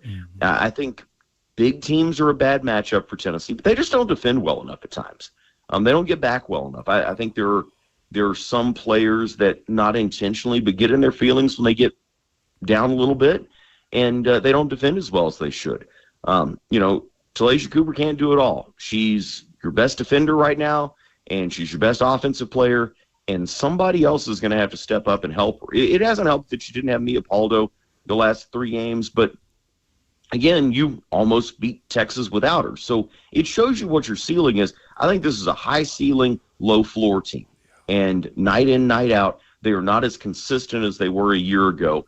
And part of that is effort. And I think Kim Caldwell's probably getting pretty frustrated having to remind them, hey, you control how fast you get back on defense. You control how hard you go for a rebound, how hard you box out. And they've made some strides in those areas, but not nearly enough to compete at the level that this schedule over these last couple of weeks has required. And Ole Miss was coming off a loss where they were challenged and embarrassed up at Kentucky. And they responded the right way last night. Cody McMahon had said in the lead up to when this game was originally scheduled that this was personal for her because Tennessee ended her season at Ohio State last year. And she certainly made it personal last night with her high. Brian, on a much different note, Tennessee softball is the number 1 team in the country. You are the voice of that program as well, and I know you are in basketball mode until that season ends. But what has impressed you most about that group? And I think a team, Brian, that turned a lot of heads, maybe for the diehard softball fan that would have been tuned in anyway, but also just for the Tennessee fan or college sports fan that saw them on ESPN, like nearly run ruling some teams that have very low numbers next to their names, Brian, in Clearwater. Yeah, run ruling a UCLA team that was ranked 6th in the country coming in, beating Florida State. I think the most important thing is you had a national pitcher of the week on this roster coming out of this last weekend, and her name was not Carlin Pickens. Yes, sir. It was Aaron Newer. Aaron had some ups and downs last year as a freshman. If you go back to Carlin Pickens' freshman year, she had some up and downs too. She was SEC Freshman of the Year, but also had some performances that were head scratchers. And she went to the lab in the summer and got better. Aaron Newer, same trajectory. Went to the lab this summer, fall ball, and she was ready to take that next step, and she is pitching like an ace. Well, if you have somebody else that's pitching like an ace, with Carlin Pickens kind of in reserve at times, that makes your ceiling exactly where you see them ranked right now, and that's number one of the top 3 teams in the country. The pride of Franklin, Tennessee, Charlie Collier has been calling the games in my absence and will continue to do that until the end of basketball season. But fun listening to him and fun getting to hear some of the stories from behind the scenes. But this is a Tennessee softball team that has the pitching, now has the offense, both homegrown and through the transfer portal. Elsa Morrison, a Knoxville native, as a freshman, is the starting catcher. She's playing well. You got a couple of transfers from Boise State. They're playing well. This is an incredibly talented roster. Folks in the Mid-State will have a chance to see them twice. Coming up in March, there'll be the Mid-State Classic in Columbia, Tennessee, and then they're coming to Nashville on that Wednesday, and I can't remember if it's Belmont or Lipscomb, but they'll have a game in Nashville on their way to Mississippi State on spring break, so that'll be a great opportunity for fans to see them. But, yeah, it's going to be a team, much like Tennessee baseball, that is going to capture some hearts and some minds of Tennessee fans over the next few months, and a lot of opportunities to see them on TV. I hate that Vanderbilt doesn't have softball. I know they don't have a place to put a facility. It's true. But, I'll just tell you from the practical perspective, it screws up our schedule because everybody has to have an off week somewhere because there's an odd number of teams. But it's a great sport. It's so much fun. And Meg Aronowitz of ESPN says that there are only two types of people: those that love softball and those that don't know that they do yet. I love it. Lipscomb, March 11th. You're right. The trip to Nashville on their way to Mississippi State. Brian Rice, our guest, Vol Network, Sports Animal in Knoxville. Always a great conversation. Thank you, Brian. Appreciate it, Brian. Gentlemen, always appreciate the time. I'll talk to you soon. Yes, sir. Yeah. All right. Brian Rice with us here this morning. Yeah, that is a very fun sport. I know a lot of people know it. And I know there's a lot of people out there that like baseball or even don't like baseball and just can't get into college baseball. Softball is fast-paced. Get in it. It is the best of the best, which, I love college baseball as much as anybody. College baseball can't claim that. No. And it is becoming a marketable, high, dollar number sport. You got $1 million pitcher in this thing. And yeah. Carlin is one of Carlin Pickens, the Vols pitcher, Lady Vols pitcher, is one of the best. Yeah, it's fun. You got to see it. And now they have an extra? Oh, my gosh. What's her name again? Erin Newer. Erin Newer. Yeah. Cooked and is good. I'm telling y'all better get in on this softball, man. I love it. Pretty good. 615-737-1045, our number. Dare I say, Ramon, that last night, after a college basketball game, a coach went on a rant that I am boldly putting in I'm a man, I'm 40 territory. You'll hear that rant coming up next.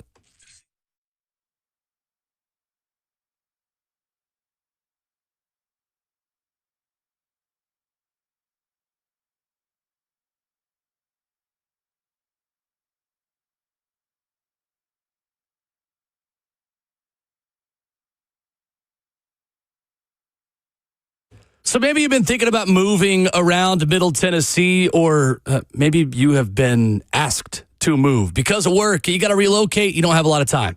You need peace of mind. You need to take the stress out of that process. You need Bernie Gallerani. Bernie Gallerani and Bernie Gallerani Real Estate guarantee to sell your home in 30 days or less, or he'll buy it. Bernie Gallerani is the realtor who has the 30-day guarantee to sell your home or he'll buy it from you. And that is peace of mind. It is taking the stress out of the process, knowing that you're going to get top dollar for your home and you're going to be able to breathe easy as you go through the moving process. 615-428-2644 is Bernie's number. You can check him out online at BernieGallerani.com. He is the only real estate agent in Nashville recommended by Barbara Corcoran of Shark Tank. Give him a call on his cell phone, 615-428-2644, or check him out online at BernieGallerani.com.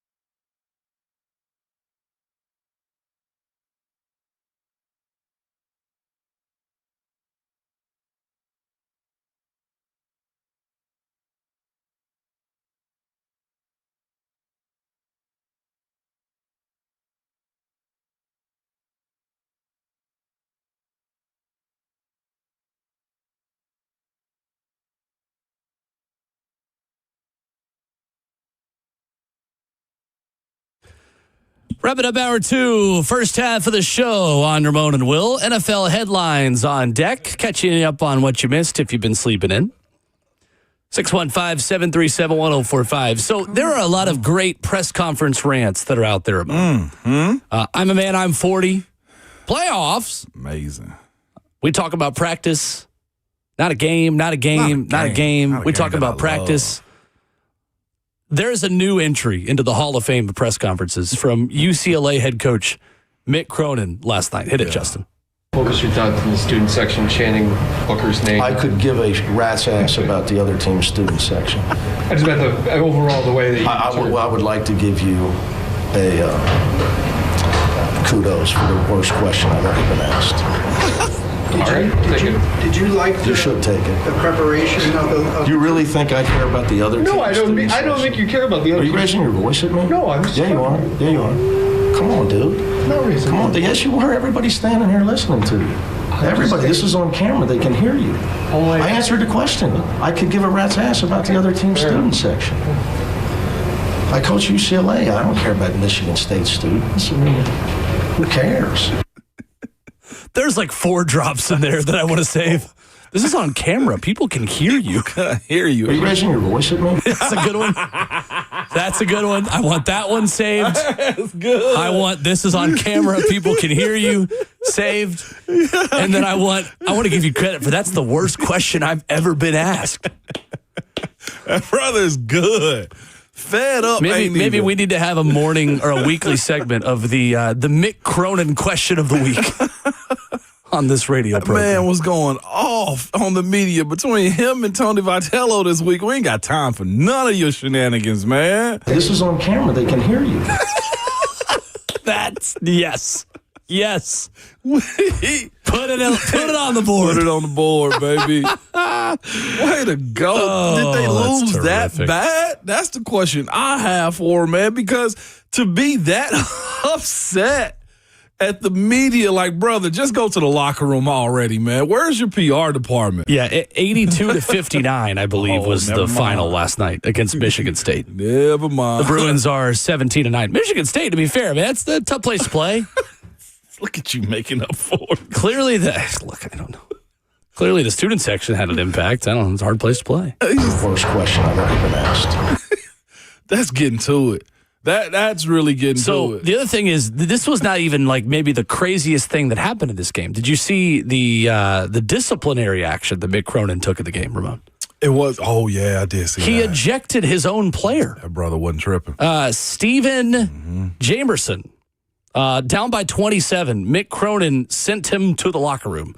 A la, my 5 is on the floor, literally is what Mick Cronin said to his guy last night for a hard foul on a breakaway dunk against Michigan State last night. Yeah. He was not ejected by the refs. He was ejected by Mick Cronin, his head coach. Well, you know why? They had a conversation, and then the player. Are you raising your voice at me? I mean, you know why?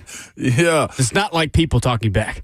And I'm telling you, like, and the player knew he was wrong, too, seeing the action of it. Like, he didn't even fight back with him at all. Coach just whisked him off the court and just pointed. It was like, get out. Like, I get it. Like, there is a bit of integrity that goes down to losing. Like, you got to lose with grace and just say, I'll get you next time. Like, you got me today. He should have thought about that. Coach Mick Cronin should have thought about that in his press conference as well. So Mick Cronin's really been in the news a lot this week because Kelvin Sampson did an interview with Jeff Goodman for Field of 68 earlier this week as well, where he said Mick Cronin Venmo'd him $1 after Kelvin Sampson did a press conference talking about their need for more NIL money. Said Mick Cronin had the best line. He Venmos me $1 and said, yo, man, I heard your shtick at the post-game press conferences. You got to learn not to say certain things, but I did get you that you don't have very much, so here's $1. It smelled like Mick broken Cronin here. gives 0 Shianos right now. I'm a man. I'm 40. Yeah, literally, that press conference is as good as that to me. Really Totally electric. Thank you, Mick Cronin, for the offseason NFL contract. Can we have it one more time? Like, the entire The whole thing. version. I'm down for Are that. You cool? I'm absolutely down for Listen that. at this man. What was your thoughts in the student section chanting Booker's name? I could give a rat's ass about the other Stopped team's himself student there. section. I just meant overall the way that you I would like to give you a kudos for the worst question I've ever been asked. Did you like You should take it. the preparation of the? Do you really think I care about the other team? No, I don't think you care about the other Are you raising your voice at me? No, I'm Yeah, you are. Yeah, you are. Come on, dude. not raising. Come on. Yes, you are. Everybody's standing here listening to you. Everybody. This is on camera. They can hear you. I answered the question. I could give a rat's ass about the other team student section. I coach UCLA. I don't care about Michigan State students. I mean, who cares? This is on camera. Everyone can hear you is such a good line. You should take the award for the kudos to having the worst question. You should take it. That's what he told him. Mick Cronin, who's been coaching a long time, by the way. Come on, dude. Coming up, 615-737-1045. This show's on camera. Everyone can hear us. NFL headlines, another team playing an international game. It's not the Titans. And a wide receiver becoming available in free agency after this. Are you raising your voice at me?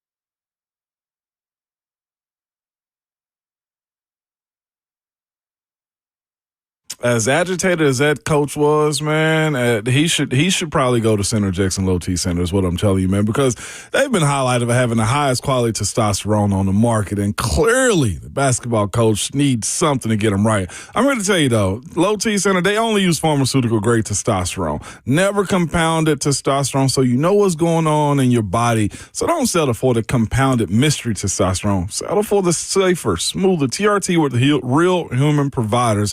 At Center Jackson Low T Center, they dose their TRT more frequently than most other clinics to make sure your testosterone levels are always optimal and don't dip below the baseline that they want you at and that you need to be at as well. They keep your TRT smooth and keep side effects in check as well. They also stay on top of your health with regular medical testing so they can make sure your TRT is always safe. They just do a multitude of things, man. Center Jackson Low T Center, they have a variety of peptides to help you with healing, muscle tone, recovery, sleep, weight loss, and even hair and skin quality. So I'm telling you, head to a Center Jackson Low T Center and check out their peptide therapy program as well. Now there's $50 off per vial for select peptides and GLP-1s. I constantly tell you all, we worry about the exterior of how we look, and I'm here to tell you the inside of your body needs assistance and attention as well, man. So go ahead and get over to a Center Jackson Low T Center or go to getmyhealthfix.com. That's getmyhealthfix.com.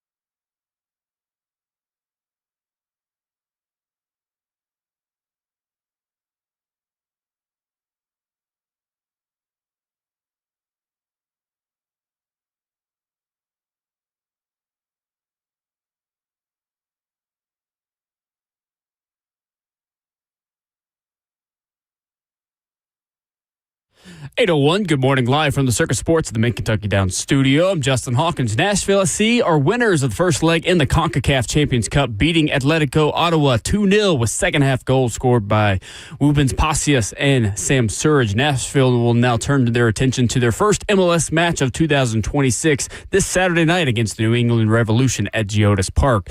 In NFL news this morning, per Jason Fitzgerald of Over the Cap, the Kansas City Chiefs have restructured Patrick Mahomes' contract this week, which lowers his salary cap number from $78.2 million to $34.65 million for this upcoming season. It creates about $43.5 million in salary cap space for Kansas City.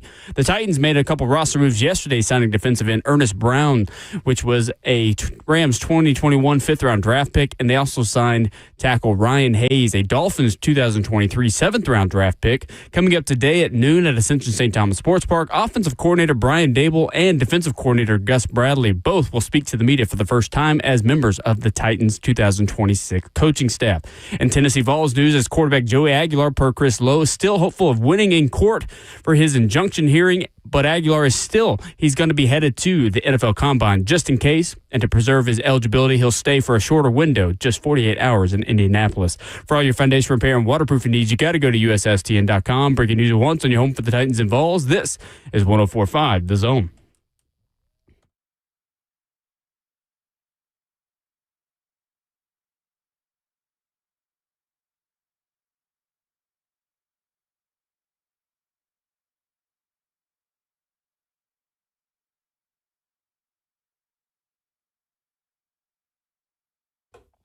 Second half of the show, an hour 3 getting started on Ramon and Will.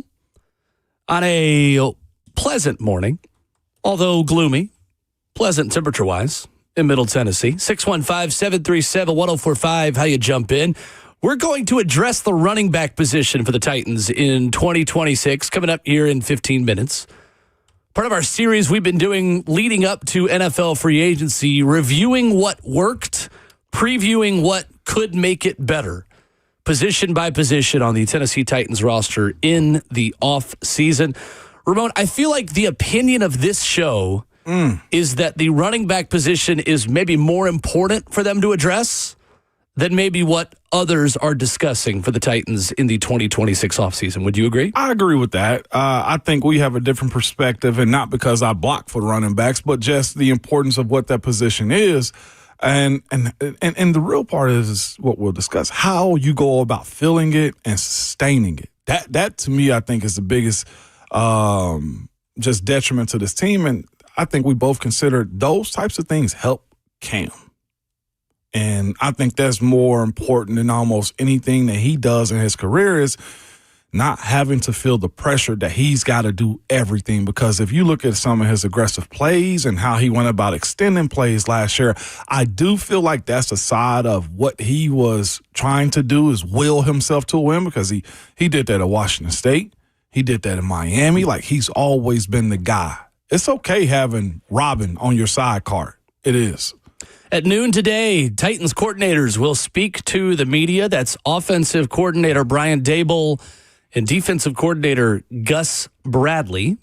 We'll talk a lot about that tomorrow, and of course you'll hear all those comments on the Buck Reisig Show, on Cover 2, and on 3HL as well. What are you most interested to hear today, Ramon, from the Titans coordinators? The validation of Brian Dable and what he thought about Cam Ward. I think that's super important. Why did he feel the way he feel last year? Can he confirm the rumors of how much he was willing to give up to go draft Cam Ward? And then I think another part as well, how long does he want to be here? Not that he has to really give an answer, but what's your plan, I guess, in the next 2-3 years? Is it to be a springboard to go get a head coaching job? I guess the better way to ask it, how eager are you to be a head coach again?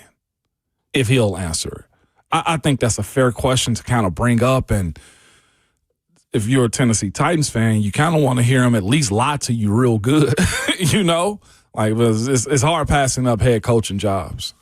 Adam Schefter reports this morning that the San Francisco 49ers will host a regular season game this season in Mexico City at Estadio Banorte, with their opponent to be announced. That is one team you can scratch off, or maybe one location is the better way to describe it. You can scratch off. The Titans do not play the 49ers in 2026, so you can scratch off Mexico City as a potential international destination this offseason for the Titans. Did I tell you about my experience when I went down for the Steelers in Mexico City? No, you didn't.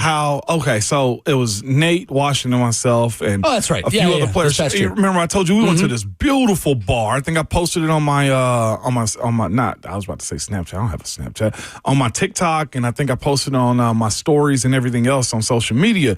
But we went to this bar, very nice. It was like a barbecue spot, man. The food was actually really good too. I say actually, sure. like they don't have great food. It's freaking phenomenal. They're fantastic. But we're going in there, and Nate and I sitting at this bench, and we're watching the games because there's no other place to watch the football games except for at this bar. And we were watching Titans, a bunch of other squads.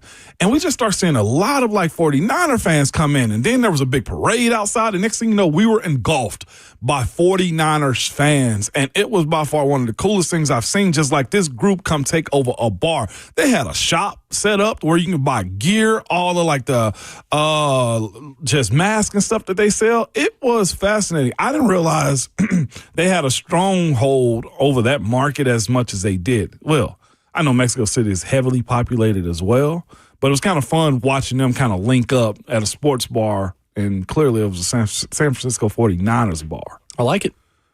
Yesterday, Kimberly Martin of ESPN, among others, reporting that Mike Evans plans to play in 2026 and will explore options in free agency.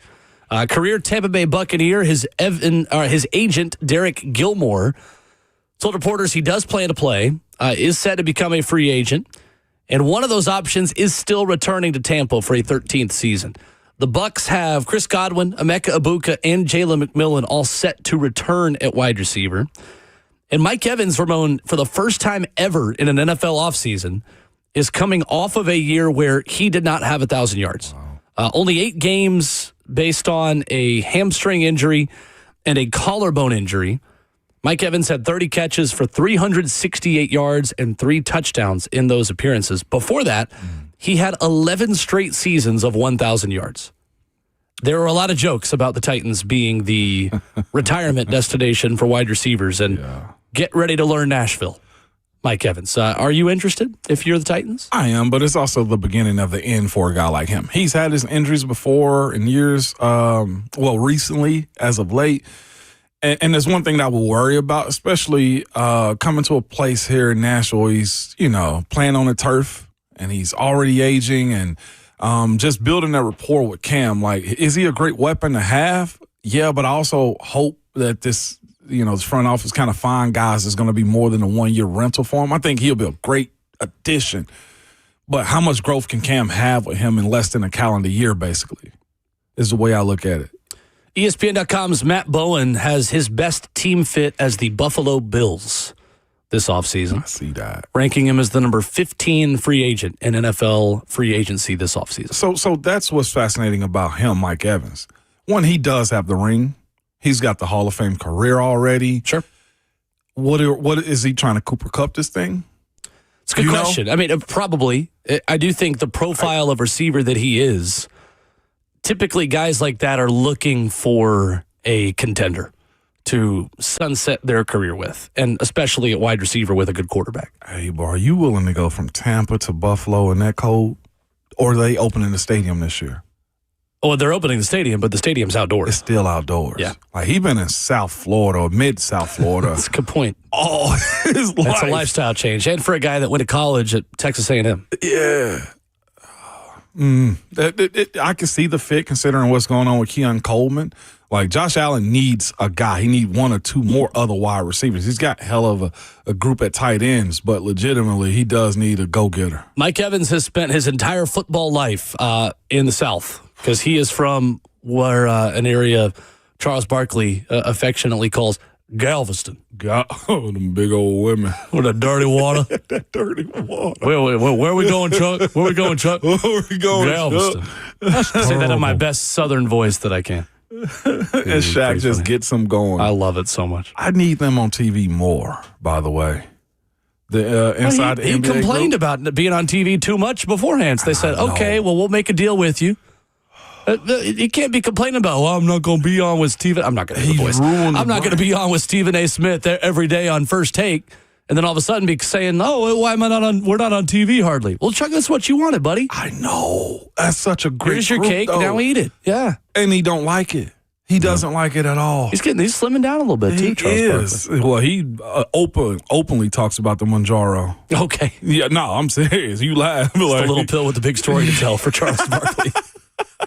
Round now, no more. He's more like an anthill. I will say that has been the yeah.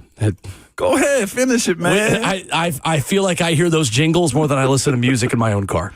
Truly. Definitely interested in Mike Evans. I think, again, what are you asking Mike Evans to be? Yeah, I mean, why not? The question becomes, is Mike Evans interested in you?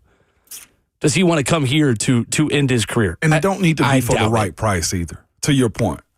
Sure. I mean, it's probably a 2-year deal. I mean, by the time you're paying extensions that are costing you significant cap dollars to guys that you want to keep around, Mike Evans probably ain't here anymore. You've got money to front load contracts with guys like this who want to win. That is the thing the Titans are going to have to find the balance of this offseason. Mm-hmm. The profile of player that will see this franchise as attractive has a stereotype. A guy that's going to get the bag. There is a certain connotation that comes with guy off of rookie contract who wants the biggest payday. Mm-hmm. That payday may come here. How motivated is that guy on the practice field on a Thursday in November when it's 20 degrees outside and they're going home to $20 million a year versus the $3 million that they had in their rookie contract? Yeah. That's a stereotype. It doesn't always have to be true. You have guys like Milton Williams, Ramon, who went from Philadelphia, got paid based off of a Super Bowl performance that low-key could have been Super Bowl MVP level, went to New England, showed up, was the same guy, and helped lead that defense back to the Super Bowl. You also have L'Jarius Sneeds of the world. And you have any number of free agents who have gone to the Jacksonville Jaguars, Cleveland Browns, like you name it. Yeah. You have a different mentality, don't you, when you go to a place that has a lot of money and also struggled the year prior. Pinpointing the right individuals to come in here to get paid, but also play like they haven't been paid is a really important part of this process. Mike Evans is not in that boat. Mike Evans has been a winner his entire career in Tampa. He is a Super Bowl champion. He's one of the all-time greats. He is a walking gold jacket, Ramon, at this point, I would say. Mike Evans with 11 straight years of 1,000 yards receiving. The Titans' ability to persuade and attract that kind of free agent is really important in order for them to flip this roster over and be competitive in 2026. The age and willingness to me, though, screams Jawan Jennings, though.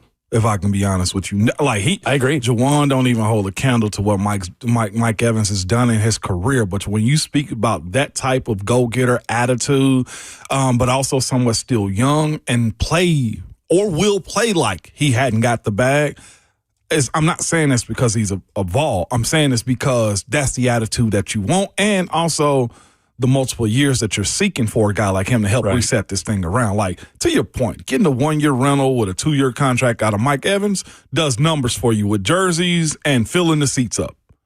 But to your point, the willingness to go grind and get it and understand as well, this team is rebuilding. This team is young. This team, the other issue I think that we'll have to speak about at some point is this team right now in this edition of it doesn't know how to win. It's true. So who can you bring in and attract in free agency that can help teach you how to win? And how do you develop young players that you draft to learn that process more quickly? It's finding the right free agents to lead the way in the locker room. Facts. And developing the right leaders within your draft classes that give a crap because you're drafted here. It's different for them. Interesting. Yeah. How do you address the running back position? We'll talk about it next.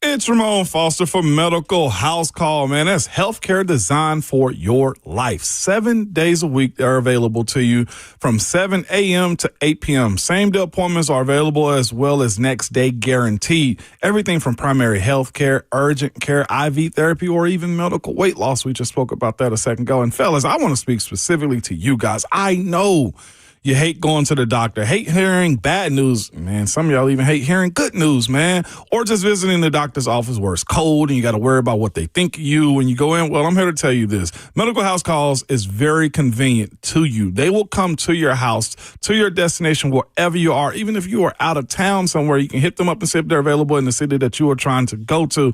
But here's the thing about it. They want to make sure this is as private as you need it to be, and available to you as well. For a flat fee, fellas, you can get an evaluation, full exam, treatment plan, and prescriptions if you need it. If you got something going on or you don't want to leave the house or you're just worried about the stereotype of leaving and going and sitting in the weight room, well, you don't have to do that. This is what Medical House Calls is all about. To bring back the concierge to medicine. As I told you before, it's healthcare designed for your life, whether you can't get off the job or the kids are busy or you just don't want to miss a playoff game. Something simple like that, man. Go to medicalhousecalls.com or you can call or text them at 615-838-2375 to set up an appointment, and make sure you tell them that Ramon sent you. Are high-interest credit cards and other loans sucking the life out of your finances? It's time to say no more.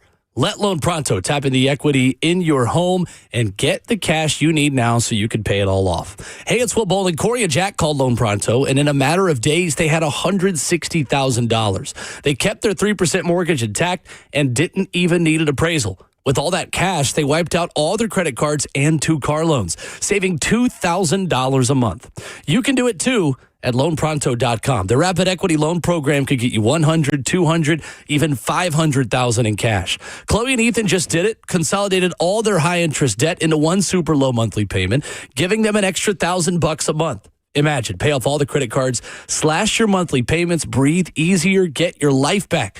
Interest rates are at 3-year lows. Call Loan Pronto, 615-499-5780.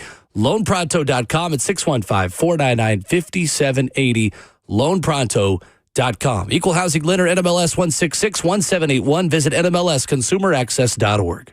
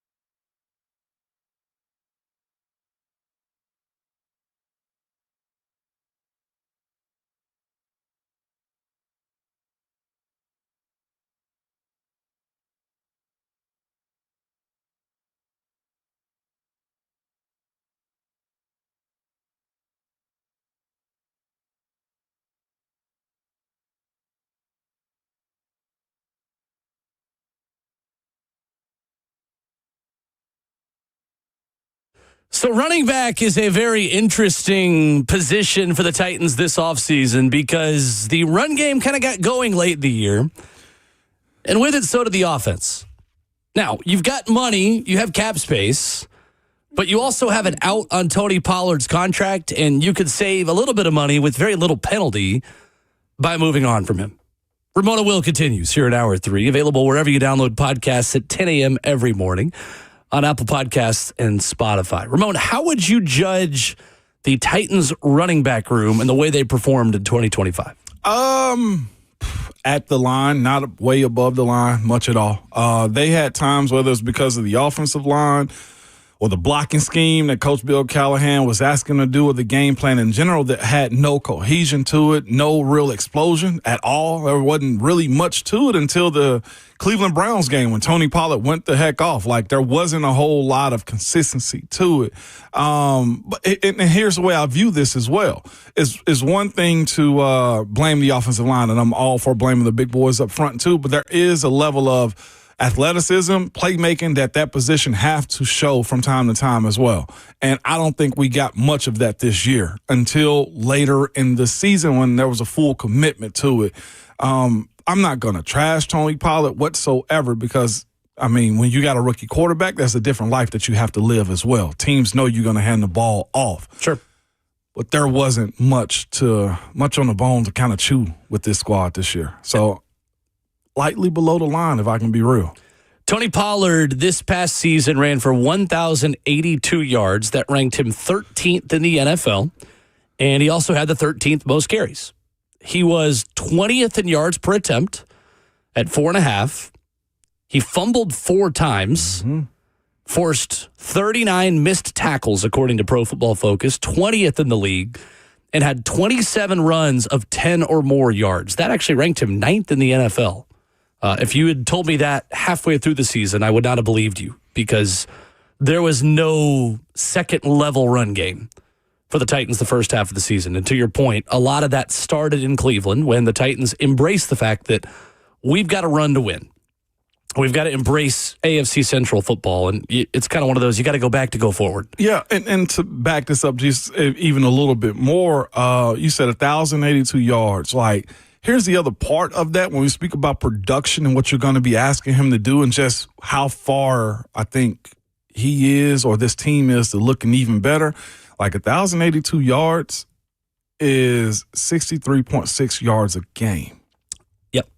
13th in the NFL among running backs. Yeah.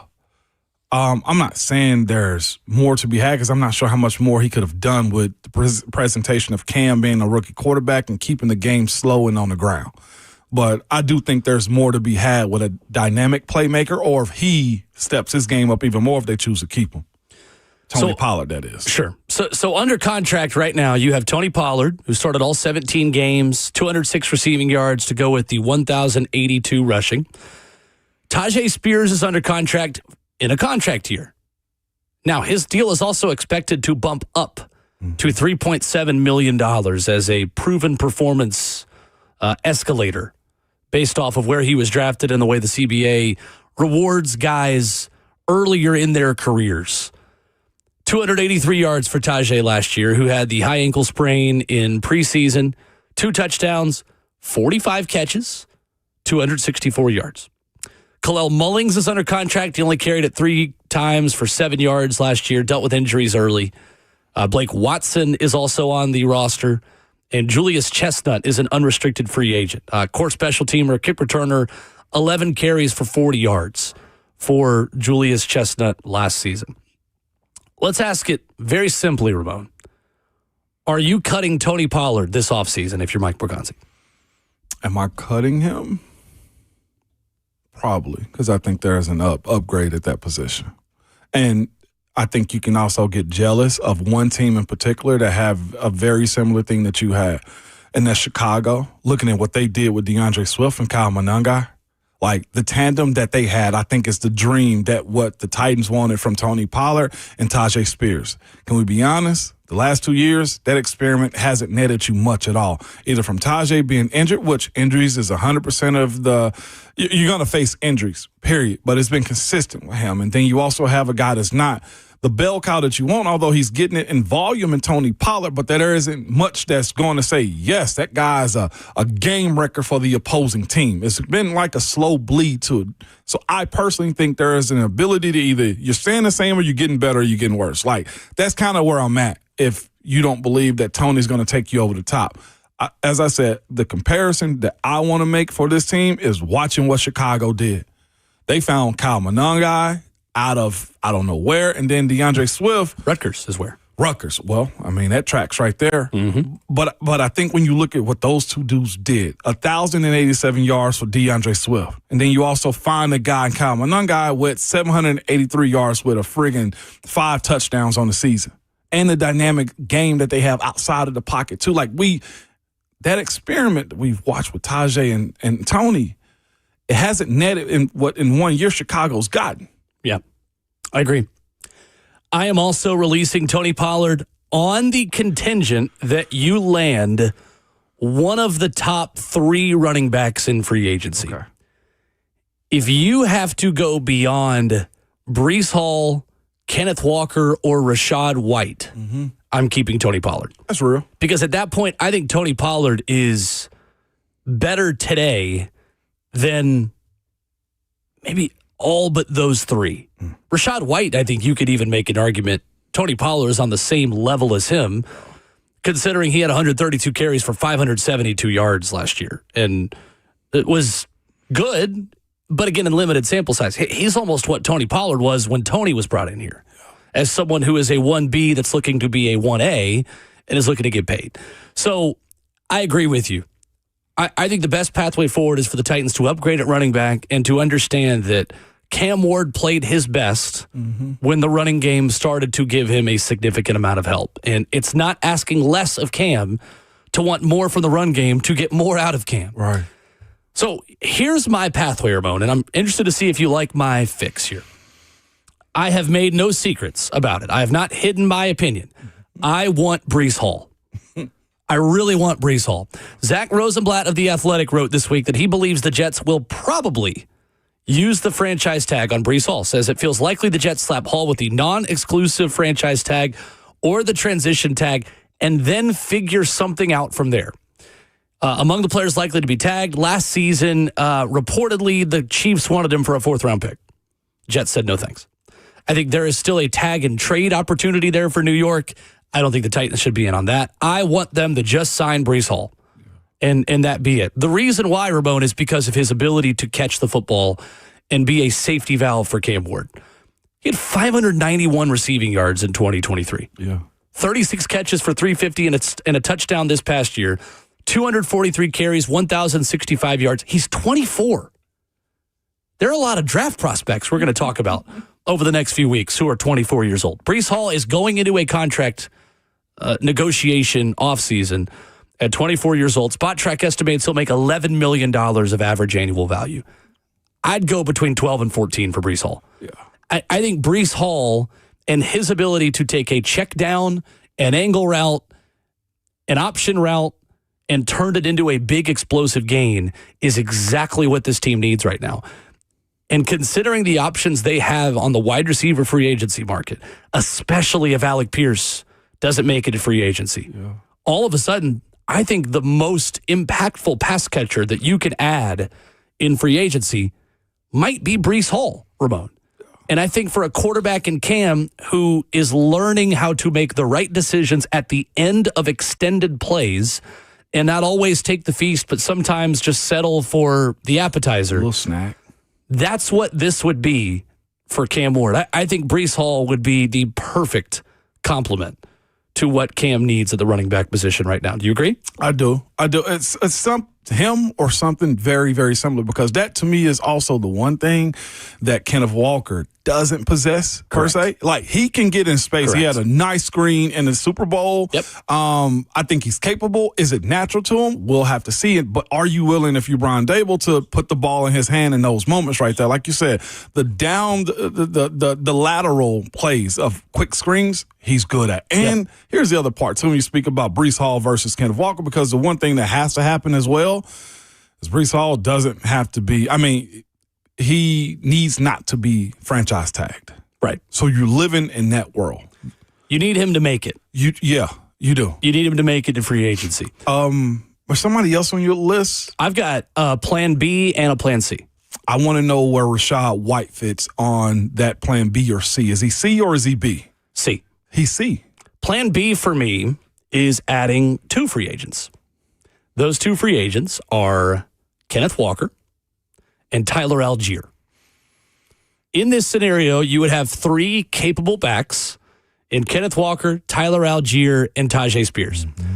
Now, I like the projectability of Kenneth Walker because of just his make-a-miss ability. He's so good at it. He in a phone booth just doesn't go down. PFF agrees with that last year. 61 forced missed tackles for Kenneth Walker was the 5th most of the National Football League on runs. That is really impressive for someone that wasn't even the starting running back. Zach Charbonnet was the starting running back. Super Bowl MVP, his second 1,000-yard season, 5 touchdowns, 4.6 yards per attempt. Never had more than 300 receiving yards, to your point. He is not a pass catcher, which is why then I would add Tyler Algier to help with that. Josh Kendall of The Athletic has written about how Algier is likely not coming back in Atlanta with how many contracts they got to shell out, and Bijan Robinson being the one there. Can we add something to that too, by the way? Yeah. His rookie year, he had over 1,000 yards for that Atlanta team, was 5th in offensive rookie of the year. And then, to your point about his skid and numbers and volume, Bijan Robinson. 1,035 yards in 2022. For a 5th-round draft pick at a BYU in 2022, Tyler Algier's been a hit in Atlanta. Yeah. What I like about Tyler Algier is the touchdown production. He had 8 touchdowns this year. 143 carries, 514 yards, ran for 1,000 as a rookie, as you mentioned. He has pass-catching ability. He can do anything you ask him to. And he can be a bruiser for you as well. He's got the size to, be able to pound the rock at 5'10", over 225. If Kenneth Walker was your feature back, you're taking him off the field on 3rd downs a lot. Yeah. You're putting in Tyler Algier and or Tajay Spears. I like Tajay Spears a lot. I like Tajay Spears as a human being. I like him a lot as a pass catcher. I love him as a runner. At this point, Ramon, if you want to be a serious running the football team, you need 3 running backs. It's not a slight to Tajay saying, no, I want Tyler Algier as well. I was thinking you could have Tyler Algier for probably $3 or $4 million a year. I don't think he's going to remotely break the bank right now. I think I need an insurance policy on Tajay Spears' health. And as much as I would love to bank on this being a contract year and getting the very best version of Tajay Spears, and I have no doubt that we will, I also have to have an insurance policy on his overall health coming into the season. And that's just the reality of it. I've got to have 2 capable running backs. And if Tajay goes down, I've got Tyler Algier. If one of those other guys goes down, I've got Algier and Spears, or Walker and Spears, or what have you. I just need this run game to stay operational if one guy gets hurt. Because, again, I think it is the most important thing for Cam right now is having a run game to help keep him out of 3rd and long situations. And again, there is a world to revisit where we started this at, where Tony Pollard could stay, right? There's still that world. But my point about all of this coaching staff being new, the style and play in which you expect Brian Dable to play, because here's the other part of it as well. Like, you look at his play and what he's asking his backs to do, they are downhill. It is very aggressive. I'm not sure if we've seen Tajay Spears handle that type of ball, and I'm not sure if you're going to be asking Tony Pollard to deliver on that style too. So to your point about going to get 2 backs or finding a real dynamic one, I'll say this. I think you have to get 2. Or you just keep Tony Pollard and you add 1. Right? That's my plan C. Rachaad White and keep Tony Pollard. Rachaad White and keep Tony Pollard. And have those 2 split time. Is it to you in your mind? I'll answer because I don't want to compromise you in any way. I personally don't think, not that I'm compromising you, I personally don't think in this offense you're going to get an even more dynamic Tony Pollard. I just haven't we've seen the best of Tony Pollard. Yeah. Is what you're saying. That's what I'm saying. I would agree. And his contract's easy to get out of. It's a logical point to move on. It is. Especially if you're trying to find an explosive offense. As I said, in the world of sports, I think team to team, you can have a little jealousy. easily, because that's what free It's agents is for. Yeah. I think you're looking at this Chicago Bears. I think you're looking at Seattle, right? As Detroit. far as Detroit. David Montgomery and Jahmyr Gibbs. Very much so. You're looking at those teams. You're looking at Atlanta. You're quarterback proofing the offense. You are. I also think Isaiah Pacheco's a chance to come here and reunite with Mike Borgonzi. Bring the jeans and boots with him. Again, add to Tony Pollard. No doubt. I think anyone outside those top two, and now we're talking about guys that you would bring in with Tony to say, all right, if we can't get Kenneth Walker or Breece Hall, let's keep Tony and then add to the running back room with somebody that can be 1A and we push Tony to 1B, or it's this is our 1B and Tony's still the guy. And like Brian brings in, as long as Tajay doesn't miss any games, that's the problem. Yeah, I can't guarantee that. That's the problem. And also at this point with the like to me, Tajay Spears' stereotype has been what for the most part, because he hadn't been available to give you a lot of volume. Well, they're just going to throw the ball to him, or it's going outside the box and never really downhill. Like right. I don't know how many times we've watched it. I don't know if he has over 100 or 50 carries in between the tackles is what I'm getting at. Well, it's stereotypical now. And that's what Tyler Algier brings you. A commenter says, well, then we go into the same problem that it was with Henry and Tajay, that when you take Kenneth Walker off the field, you know it's a pass. Tyler Algier is 220 pounds. Yes. Tyler Algier ran for 1,000 yards his first year in the league. There is an expectation out there that Tyler Algier can be an every down back if you needed him to be. Sir. He can also catch. He can carry the load. You put Tyler Algier in there on 3rd down and 4, I don't know if you're running or throwing. You put Tajay Spears in there, it becomes a little bit more tipping your hand towards throwing the football and probably to him. And that's the thing that's working against Tajay at this point of his career. He is a receiving back. There is value in that. There's also predictability in that. And that's why, again, I can have him as a role player within that role, while also still understanding that I need to make it less predictable. Tyler Algier has not been a huge pass catcher in his career either. To be fair, he's not had 200 receiving yards. He's never really been feature back outside of 2022. He is a bigger bodied guy. He is. I think you are looking at him and Tajay, if you bring him in, splitting the 2 role, 2A, 2B, with, in this scenario, Kenneth Walker being your RB1.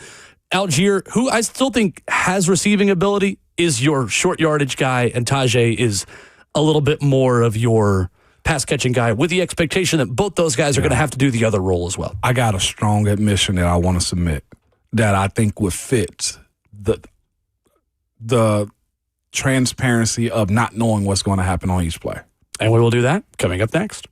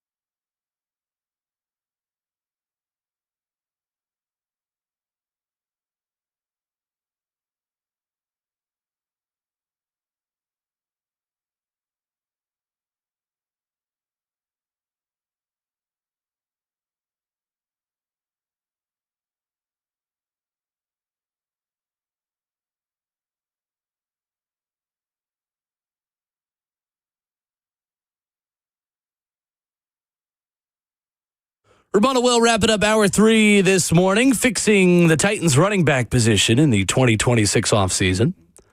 More headlines coming up for you at 9.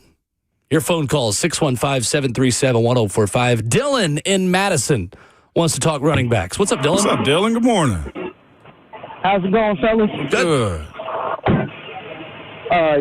So my plan for the running backs is that hopefully I would like Kenneth Walker, draft a guy this year, and then next year probably get rid of Tajay Spears because guess what? He's always injured. And then next year, Cedric Alexander out of Vanderbilt. We got to get that guy. He's going to be a playmaker in the league. Okay.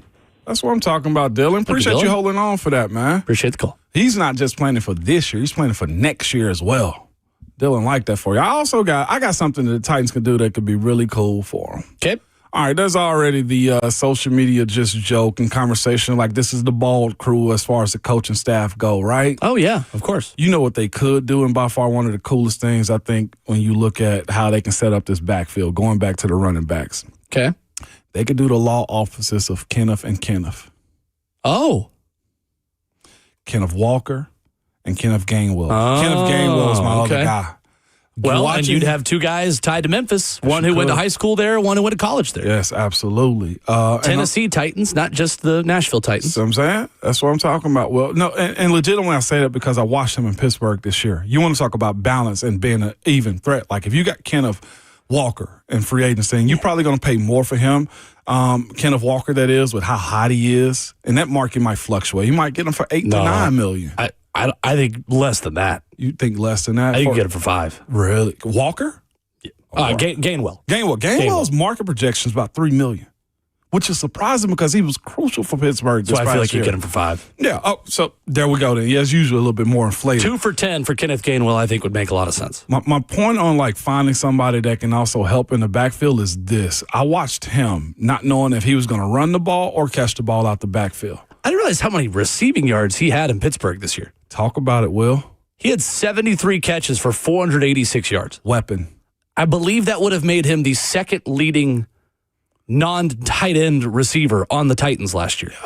I mean, and looking back at some of those late season games when DK Metcalf was suspended, Aaron Rodgers was just, if he didn't have anything, it was check down to Gainwell over and over and over and over again. Just 26 years old. Yeah. Also. Yeah. He's at that spot to where, to your point, if you're going to you revamp your backfield, here's your opportunity with Kenneth and Kenneth. Like, I like this idea. I do. I do too, to be honest with you. And I'm willing to make that plan B behind Breece Hall. Breece, no doubt.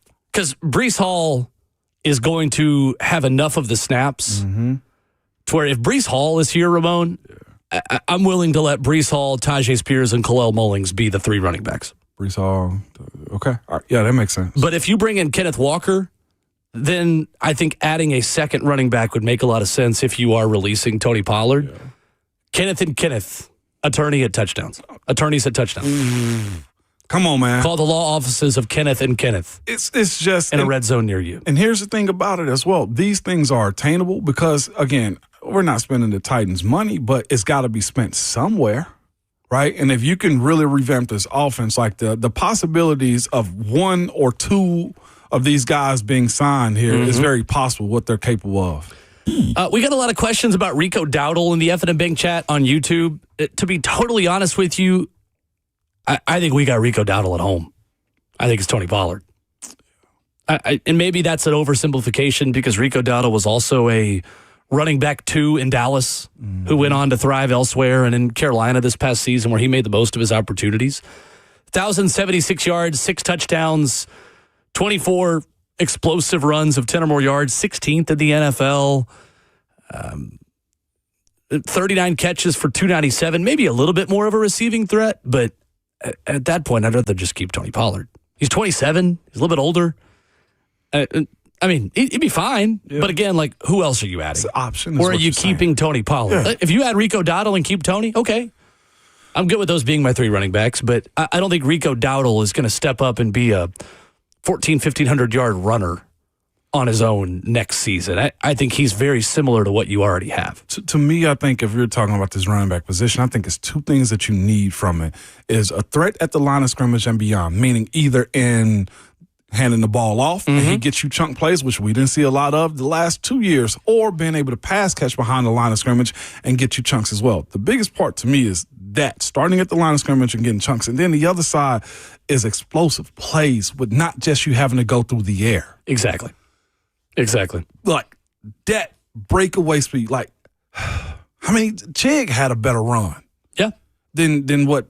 There were very few. Yes, there are very few moments last year where a play designed to get a little got a lot. Right.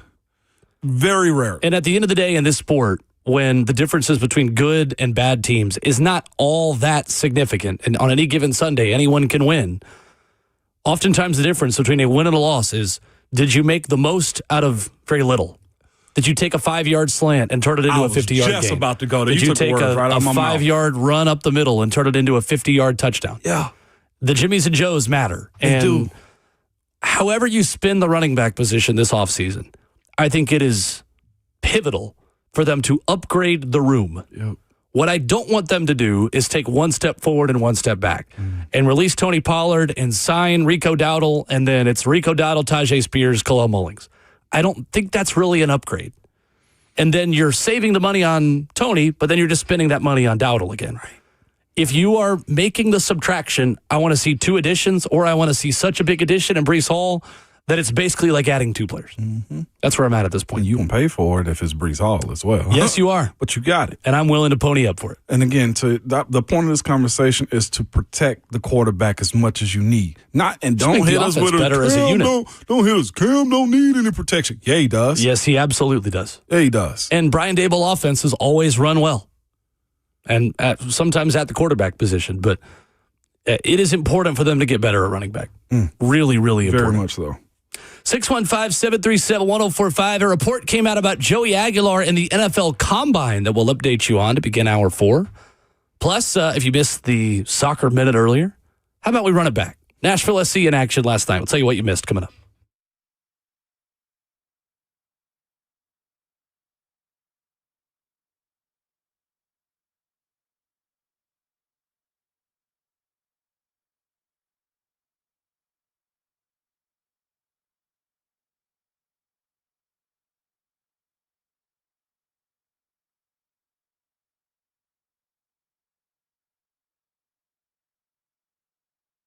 It's Ramon Foster for Hiller Plumbing, Heating, Cooling, and Electrical. Good people, it's that time of the year where you start checking on your HVAC, weather about to change real soon, or you're trying to do some odd and end jobs around the house, and you don't want to do what I did and mess something up. I'm telling you, reach out to Hiller for those items that you don't understand how to fix around your house. That could be plumbing, HVAC, or like I did, the electrical issues that I had with one of my thermostats in the house. I know this. Most of the time, you don't know what it will cost you or if it'll get fixed right, or if somebody's trying to sell you something you don't need. When you reach out to Hiller, the experts are going to solve your problems quickly, and the price you tell is the price that you'll actually pay. No hidden fees whatsoever, no surprises when you get your bill. They'll bring the tablet to you, and it's itemized with everything they've done, the service charge, and usually a warranty is attached to it as well. Hiller's been in business for over 35 years and are family-owned and operated. Their techs, who I've dealt with numerous times, are very professional, experienced, and very trustworthy as well. When they're on their way, you'll receive a photo of the tech that's coming to your house and a link to track them in real time, so you're not sitting around wasting your time for them to show up. They believe in this. Happy you'll be, the service is free. If you're not satisfied with the work that they do, they'll do all they can to make it right or simply just refund you your money. Listen, to book with them or learn more about Hiller if you're not familiar with them, simply go to happyhiller.com.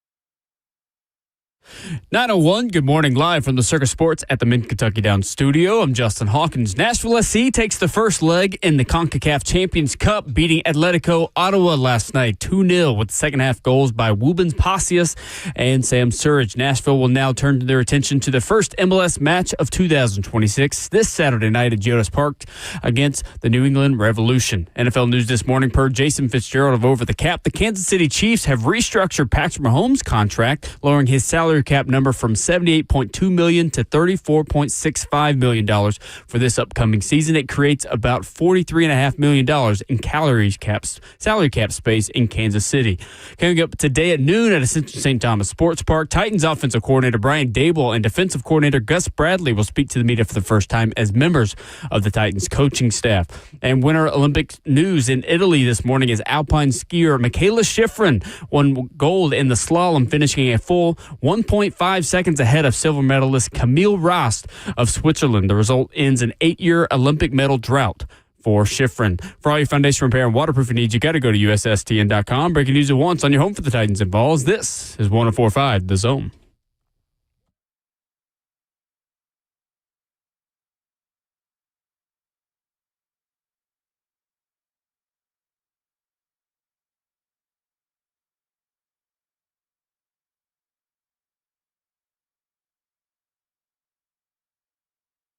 Fourth and final hour of the show on your Wednesday morning. Ramon and Will, glad you're with us as we move to the final 60 minutes of your Wednesday morning. Been quick. Has been quick. Real quick this morning. Commenter on Twitter at Ramona Will, where you can interact with us. Y'all been talking about two guys or Breece Hall when Jeremiah Love takes care of both problems as an every down back that can do it all. He's Breece Hall for a discount. Not really. What would he be? The 4th overall pick? Let me effort that information on how much is that slotted this year. It would be a money discount than Breece Hall, yeah. Still close to like 30 plus million. Well, for average annual value. Right. For what you're paying per year. Monetarily, yeah, he is a discount for Breece Hall per year. Now, you put that over 5 years, then yeah, the total amount of the contract over 5 years might be more, but right. Well, what are your feelings about Jeremiah Love, Ramon, with the 4th overall pick? The 4th overall pick it's pretty heavy, to be quite honest with you, for a running back. Do I think he's dynamic? Yes. Would I rather take him from 7 to 11? Even more so. It's the way I look at that spot. I feel like depending upon what moves you're making in free agency would make me okay with that. And right now, we don't have that answer in front of us. Is he dynamic? Absolutely.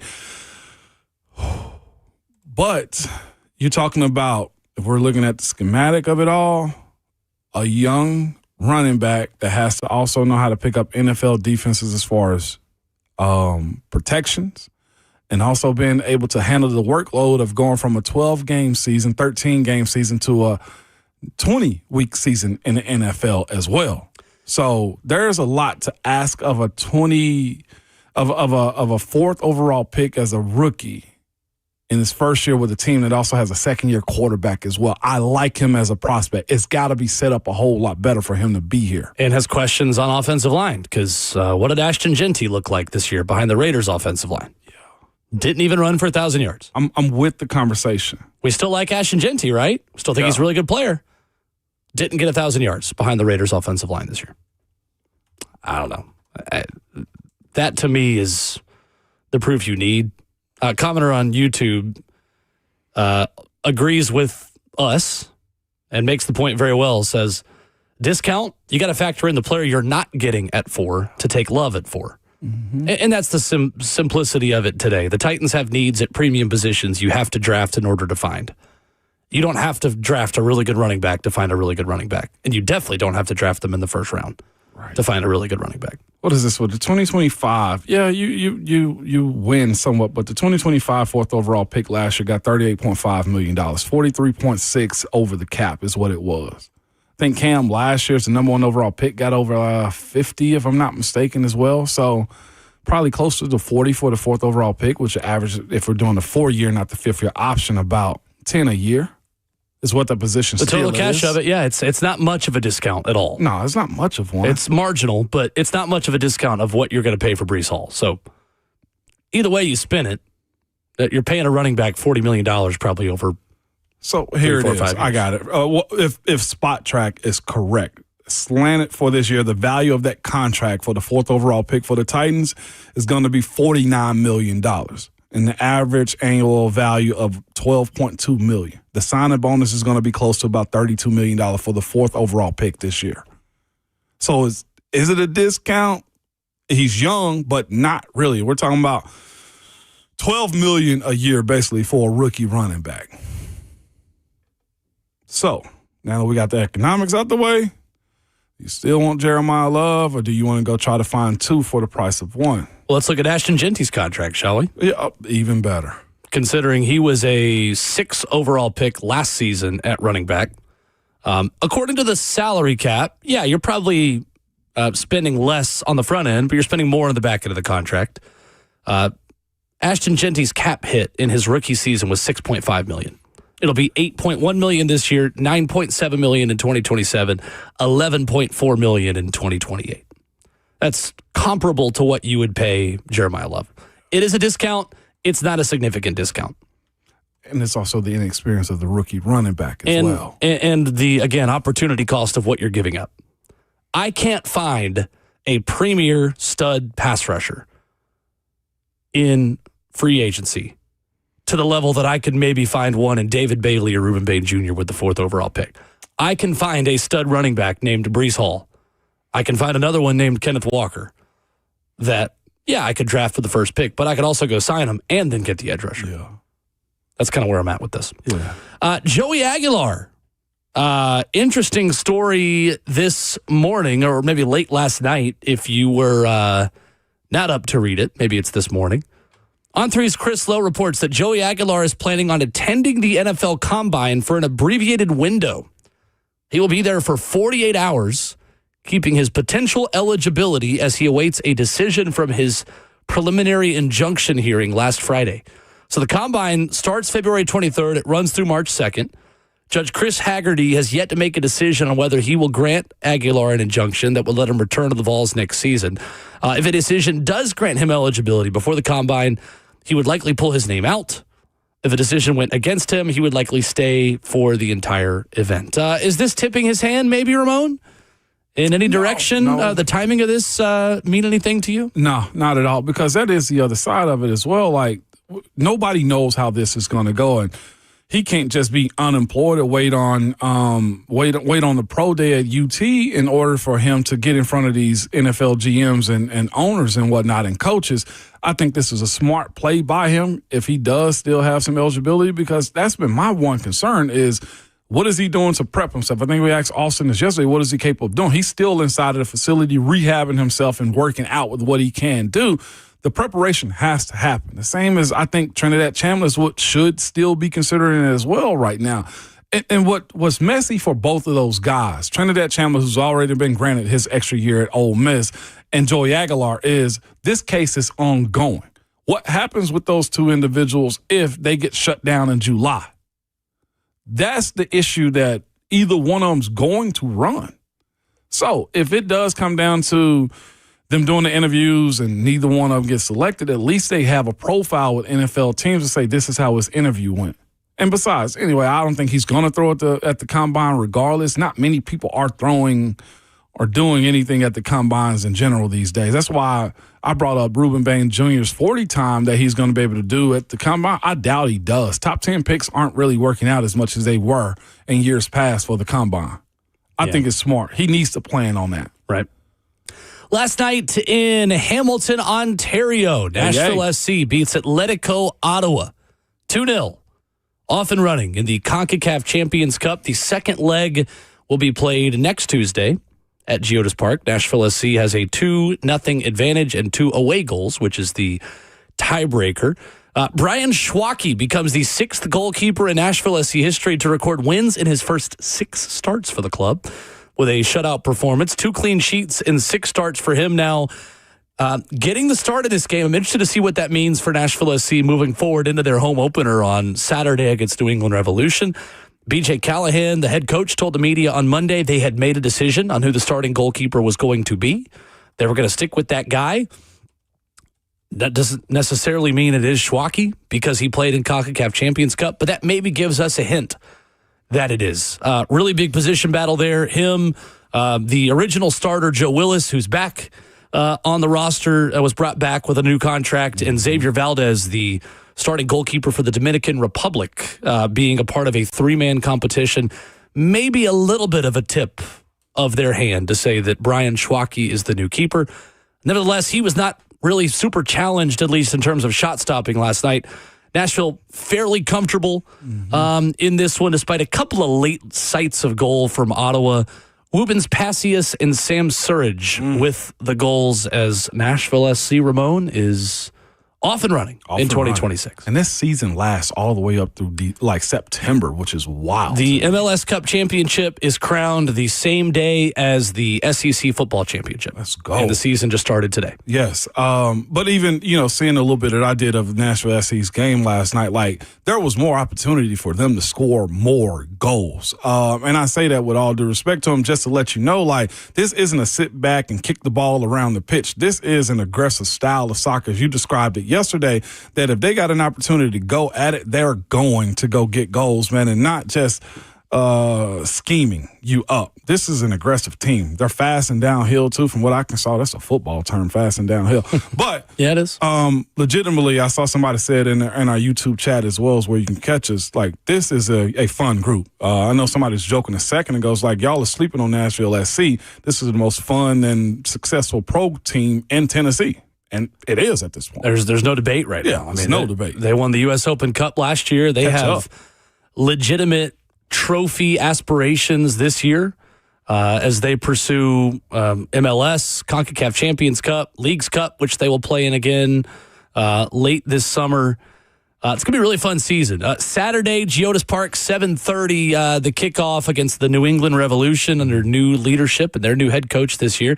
Going to be a fun game. Same exact home openers last year. Same team they opened up the season with in 2025. We got about 10 minutes of Sam Surridge, Hani Mukhtar, and Christian Espinoza last night. Those are three designated players. Espinoza, 83 assists, the all-time assists leader in the history of the San Jose Earthquakes, was the top free agent on the market this past offseason. He was the equivalent of Trey Hendrickson, and Nashville SC got him. And that is also a credit to Nashville being an aspirational club that Christian Espinoza wanted to come here as a team that had an open spot for another designated player, another top talent, and he bought in, and as he should. This team has got championship aspirations this year, but we got about 10 minutes of those guys together. Yeah. And they almost scored twice in those 10 minutes. Why is there a slow lead up to the big three is what I guess I'll call them? What do you mean? Why aren't they playing more together is what I'm getting. Is there a build up to this? Good question. Yes, there is. So with this opponent, Atletico Ottawa, you didn't want to fire your bullets too early in the week, knowing that you need to defend your home turf and try to win every home game. So with New England Revolution being the priority on Saturday, Atletico Ottawa, while still a formidable opponent, is not a powerhouse. Yeah, they're new with it. You knew coming into this game that the goal was probably going to be, and it was, put out a lineup of rotated players, of some backups that will not start every MLS game, get it to 1 or 2-0, and then if you need a goal, you throw in the starters late to make it a little bit more comfortable. And ultimately, that's what happened. Nashville scored in the 66th minute, and in the 5th minute of stoppage time, they felt like they needed a little bit more from the game and needed to impact the game in a different way from the guys who started the game. So they put in their starters late. But Christian Espinoza, Hani Mukhtar, Sam Surridge, you will see, I'm not giving any trade secrets away, they're going to start nearly every game in MLS this year. They are the superstars. They're the big three. This wasn't a game where you felt like you needed your superstars to go 90 minutes. Okay. My boy, man, making me feel like I'm a part of the gang out here, man. That's right. Let's go. And if you are in Nashville and don't know what we're talking about, we hope by the end of the season you will know a little bit more because We feel like this team is worth spending a little more time on this season. Yeah. Legitimate championship aspirations. And the straight up just name names and finger point, we talking to you, Mike, in Cleveland. You're going to get this soccer minute, and you're going to like it. And I'm going to be a jerk about making Will be a jerk about giving us a soccer minute. We're going to get 15 minutes of this. At this point, Will, we might do it every other day. Okay, it's the off season, and we're not about to do the season of lists or lies and everything that comes out about to come out. You're going to get this soccer minute, and you're going to like it. Coming up, who is the white whale for the Tennessee Titans in free agency? Last year it was Dan Moore, who got a lot of money right when free agency opened. He was the main target. Who could it be this year? We'll talk about that next.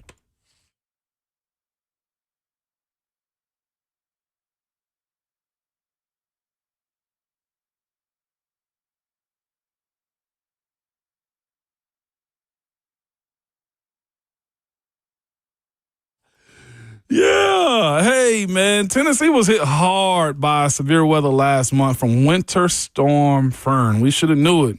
Winter Storm Fern was coming in. It was ice. It was snow. It was flooding everywhere, man. I'm here to tell you, as communities across Tennessee continue to working to rebuild from flooded homes and storm-damaged schools to infrastructure weakened by melting snow and ice, USS is here to help you. Since 1994, United Structural Systems has helped thousands of families and businesses restore their homes after foundational damage. Often, that damage comes from the kind of severe weather that Tennessee sees year after year. But I'm here to tell you, USS doesn't just fix structures. They help restore stability, safety, and a peace of mind, especially for people recovering from storms, flooding, and shifting grounds. The community involvement is vast, supporting local schools, neighborhoods, and organizations like Habitat for Humanity. It reflects their belief that rebuilding is about hope and rising again together. Of course, Tennessee Strong, man, we always band together to help each other out, and that's what USS has been doing. USS, they show up when it matters, man, when people need them the most, whether it's volunteering from Habitat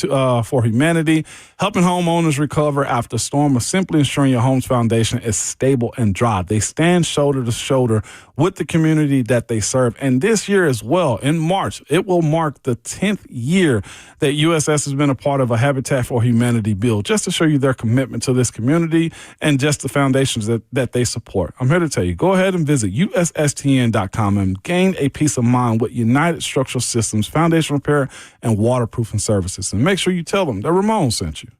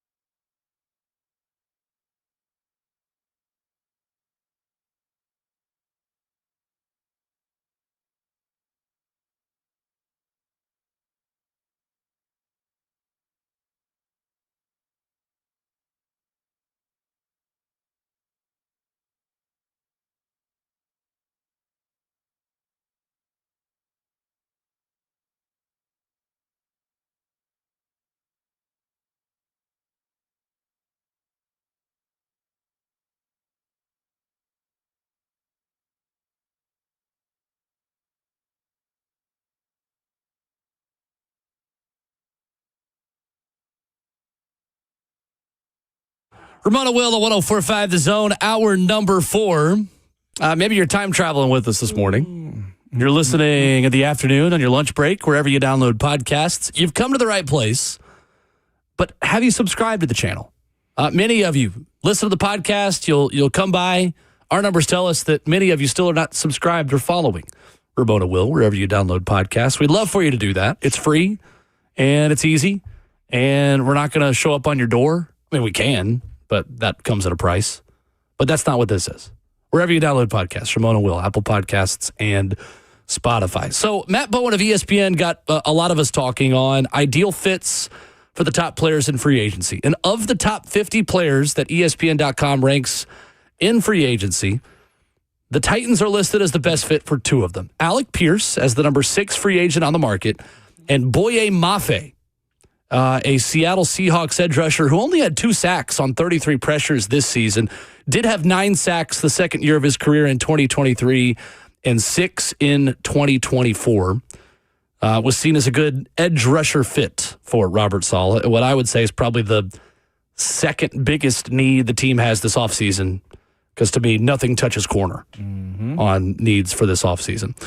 So I know on the Buck Rising show, Ramon, they talked about this yesterday on who the white whale could be, who the big money guy is, because it was Dan Moore last season. It was.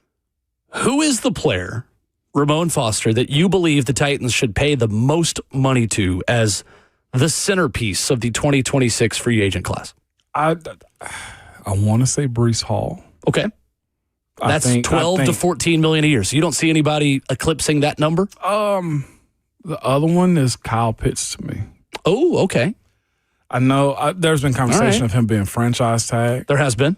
I think if you're able to get him, what was his numbers be, like $16 million a year? Let's see what Spot Track says, shall we? A tight end like himself.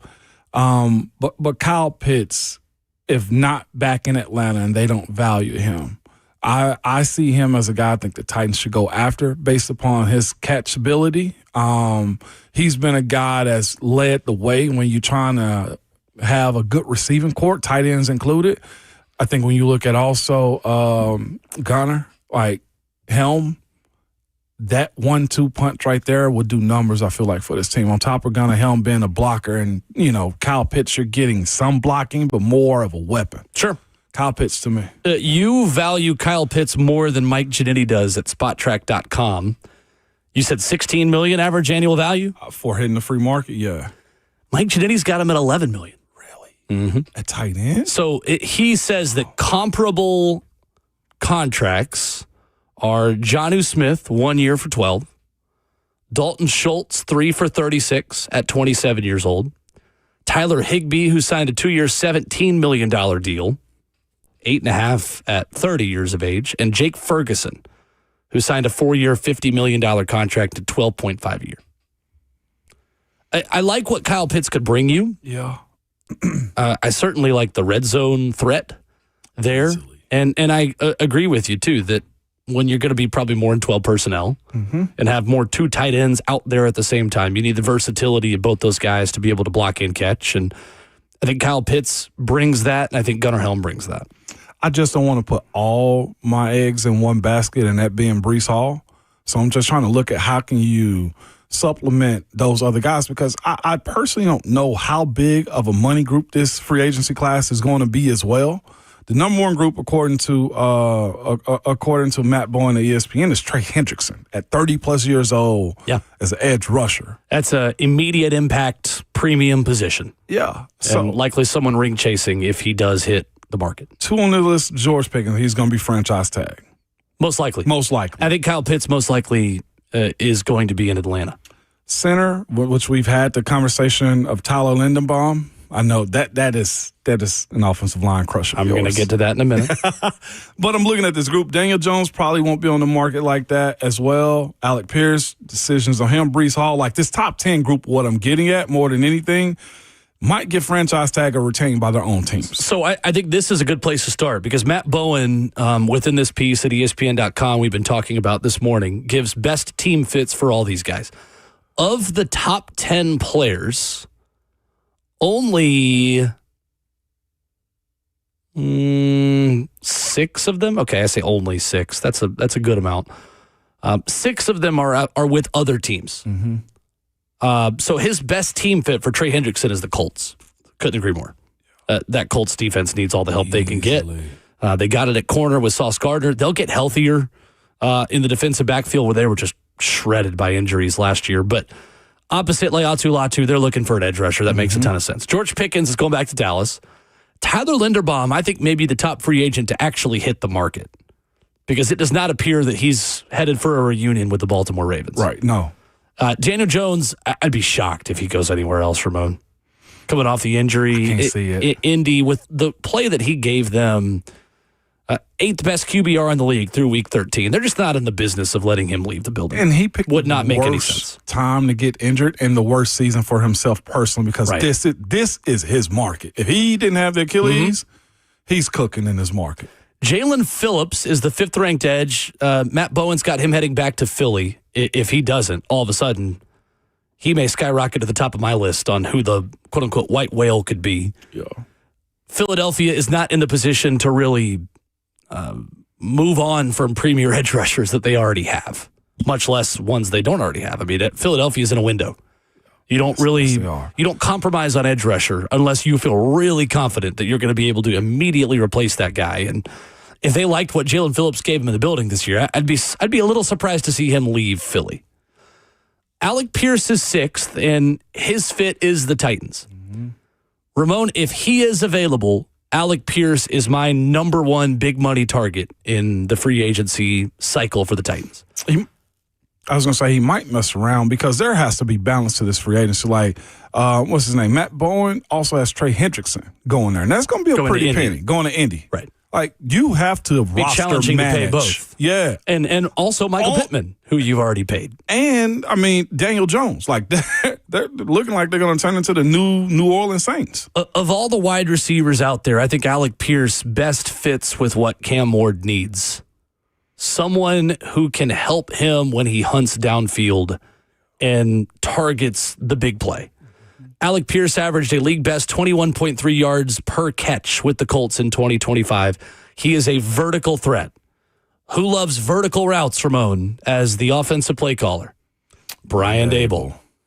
He wants to hunt downfield. He wants to have explosive plays, and that is music to Cam Ward's ears because that is the thing he talked about in his introductory press conference, Ramon, as a Tennessee Titan, saying, no, we're going window shopping. Nobody loves vertical routes as much as Cam Ward. No, absolutely. Alec Pierce gives him someone who can catch those vertical balls. You get with Alec Pierce, somebody that's good at comeback catching as well. Like, which the Titans did not have this past season. No. I'm looking at friggin' Phillip Rivers' throw from his shoulder that's about to be dislocated shot to put. A guy. You know what I'm saying? Yeah, shot putting. It was literally shot put. And his sideline presence is very good. His down the field, like you said, catch rate is like if you watch him also catch the football, he's very handsy with it as well. Like the same thing people speak about with a guy like Mike Evans, him being able to high point the ball with his hands and bring it in with his strong paws. He does that for you. It's a matter of how serious are the Colts about thinking they're in the window. And I think that they will keep him because they don't have the quarterback situation to go cheap at receiver. Mm-hmm. The option then, Ramon, for me, if Alec Pierce is not available, is Tyler Linderbaum. I think the Titans should upgrade at center. Do you? I do. We've had this conversation numerous times. I think if there's one thing that they have got to be really picky about, it's the protection of Cam Ward. In the same way that Chicago went out and got Joe Thuney, went out and got Jackson, went out and rebuilt the offensive line.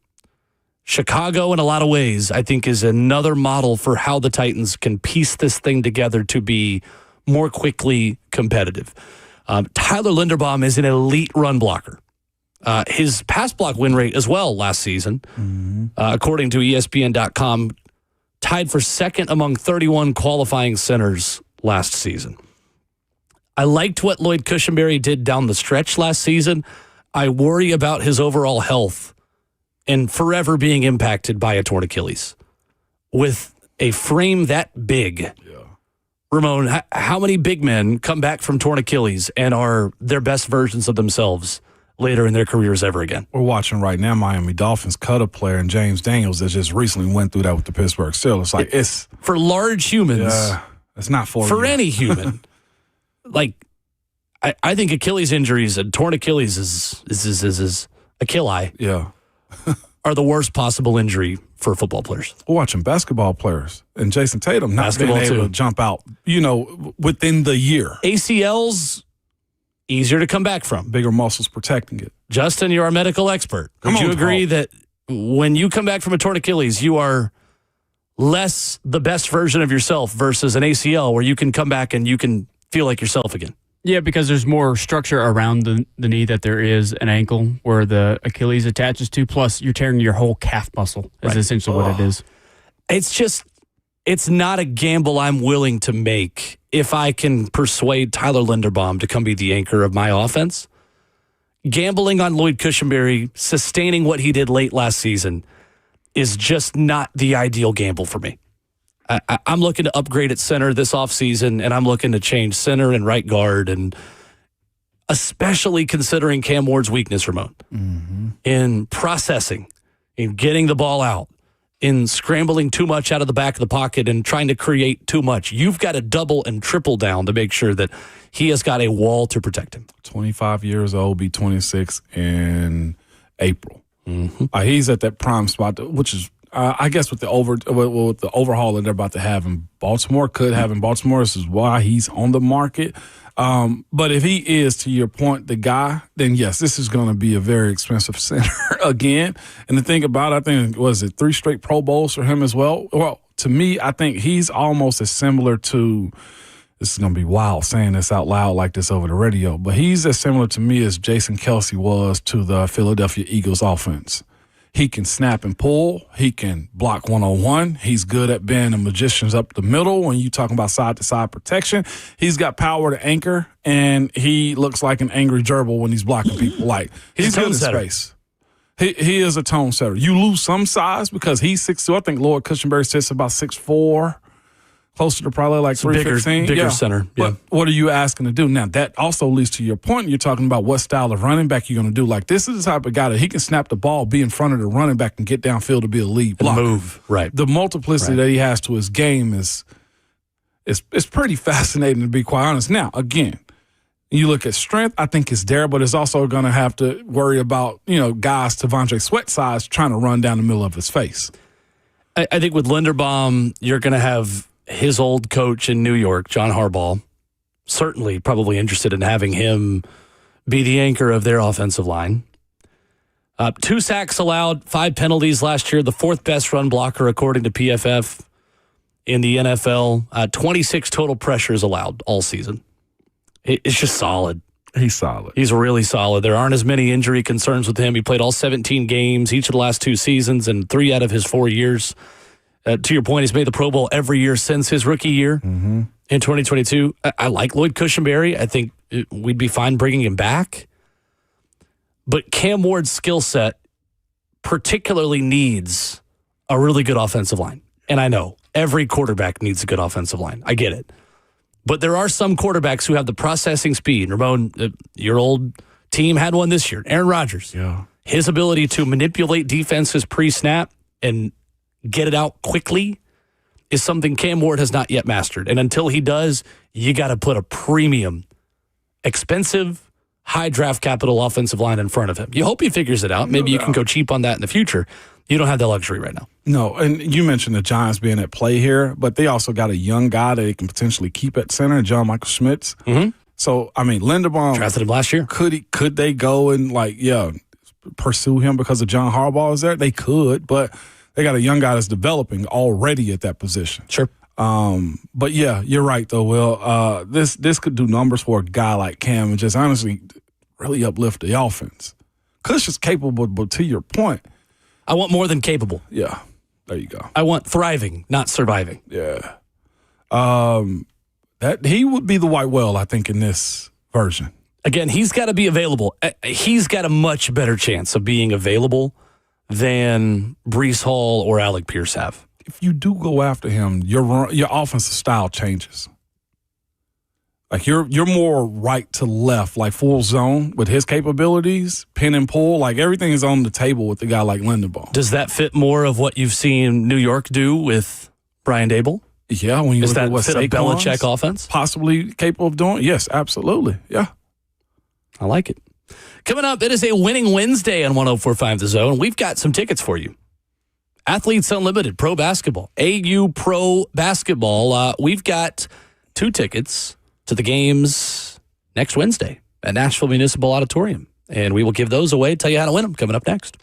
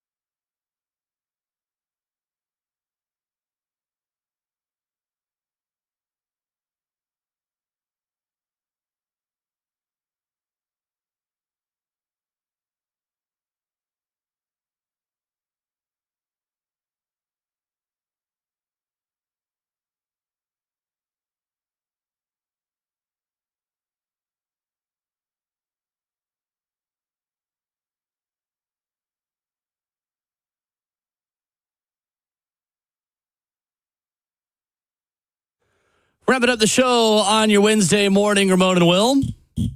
Well, we were about to give away AU Pro basketball tickets, but our phone just went down. Oh, there it is again. Okay, it was just waiting for me to come back. It heard you. It knew you. It did hear me. It is a winning Wednesday on 104.5 The Zone with Athletes Unlimited Pro Basketball as it comes to Nashville's Municipal Auditorium for Season 5 now through March 1st. You could be caller number 5 right now to win 2 tickets to games 19 and 20. Get a twofer. Next Wednesday at Nashville Municipal Auditorium, 615-737-1045. Listen every Wednesday for chances to win tickets to see the weekend games that feature top talent, including Alicia Clark, Tina Charles, Anisha Morrow, Tahina Pow Pow, and many more. Go to auprobasketball.com to learn more. 615-737-1045. Caller 5 gets 2 tickets to see AU Pro Basketball next Wednesday at Nashville Municipal. I can't hear Tahina Pow Pow anymore, Ramon, without hearing Bert trying to imitate Slay, saying Tahina Pow Pow. Anyway. And also, that was a question that was brought up, too. Is AU basketball like a developmental league for WNBA or something? No, it is not. It is full of pros. These are WNBA players. Yes, that are staying here in the United States to continue their playing ball instead of going overseas. Like, this is where they will be this time of the year, and then the WNBA season starts up later this spring. And that carries through the summer as well. Yeah. If they can ever find You're right. get a CBA done. By the way, these leagues are paying way more money than the WNBA are as well. Like, it's a great thing is what this is. So they don't have to go overseas to earn. They can stay here in America and play in these leagues, which are doing very well, by the way. Yeah. It's that. What is it? The other one? Unrivaled is the other really big one. Yep. Sure they did a one-on-one tournament at their All-Star weekend. That's the one Rakia Jackson was playing in Miami. Sore subject. Considering By the way, you seeing the little rumors about him as well? James Pierce? Yeah. What about the him? alleged, he's unfollowed the Atlanta Falcons, which, of course, this is the new age of athletes.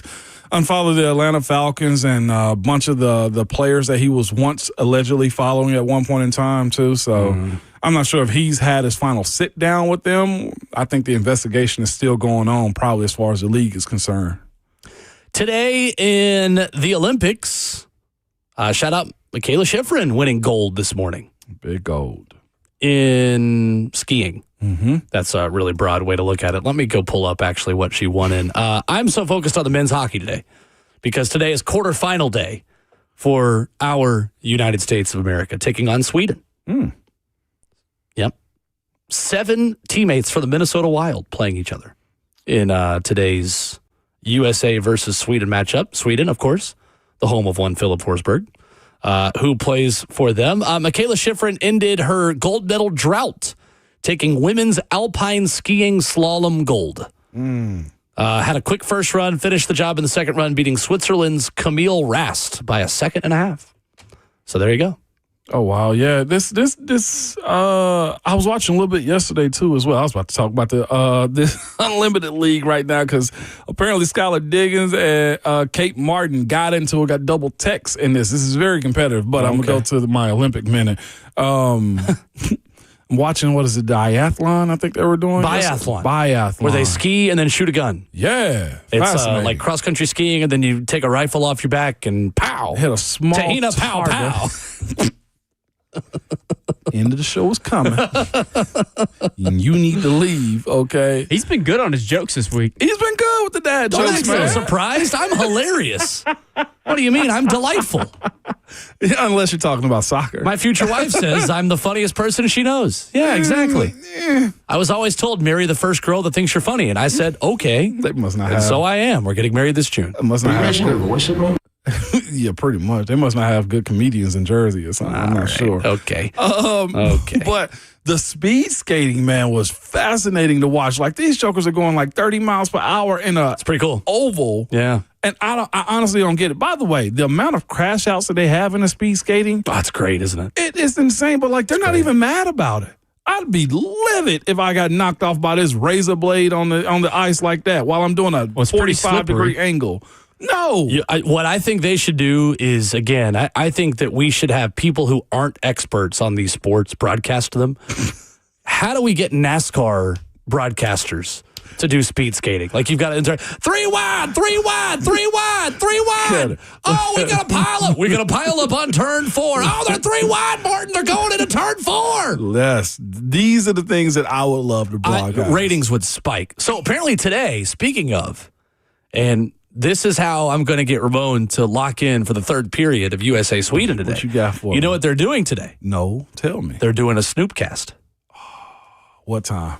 Tell me when. The third period of United States and Sweden is going to be a Snoopcast. Yeah. That's fantastic. On Peacock. Mm-hmm. So Snoop is going to be calling hockey. On let me find the exact details on this. Yeah, NBC Sports PR put it out last night. Snoopcast to lead unique third period alternate presentation. It'll be alternate on Peacock during Wednesday's USA versus Sweden men's hockey quarterfinal. Yeah, face-offs at 2:10. Crazy. That's awesome. This is the only thing that I can imagine somebody saying. This is on camera. They can hear you.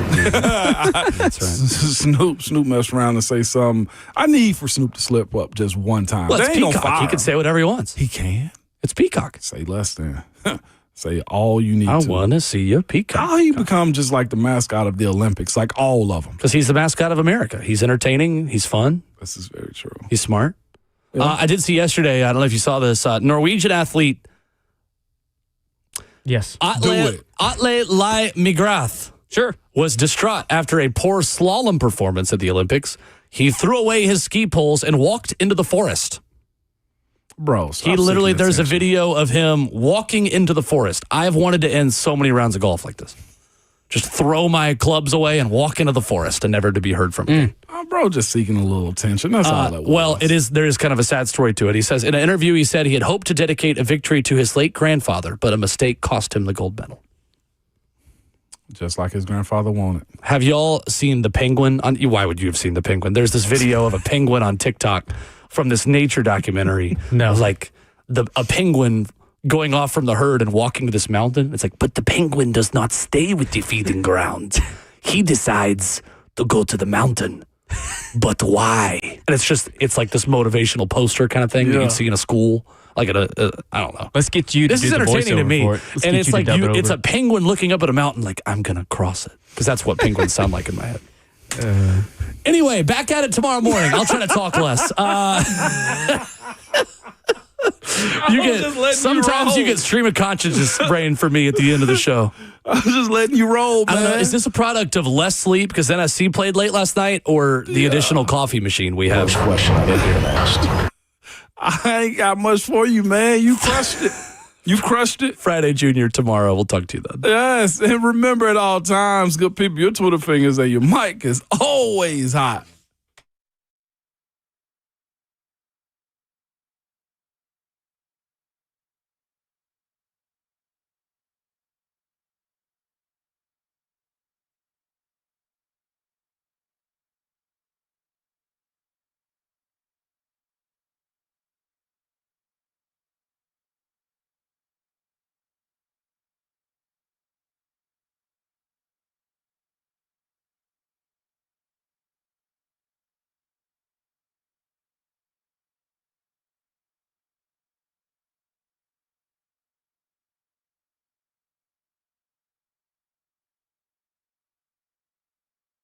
Hey, it's Will Bowling. Brentwood Hearing Center's doctors of audiology are always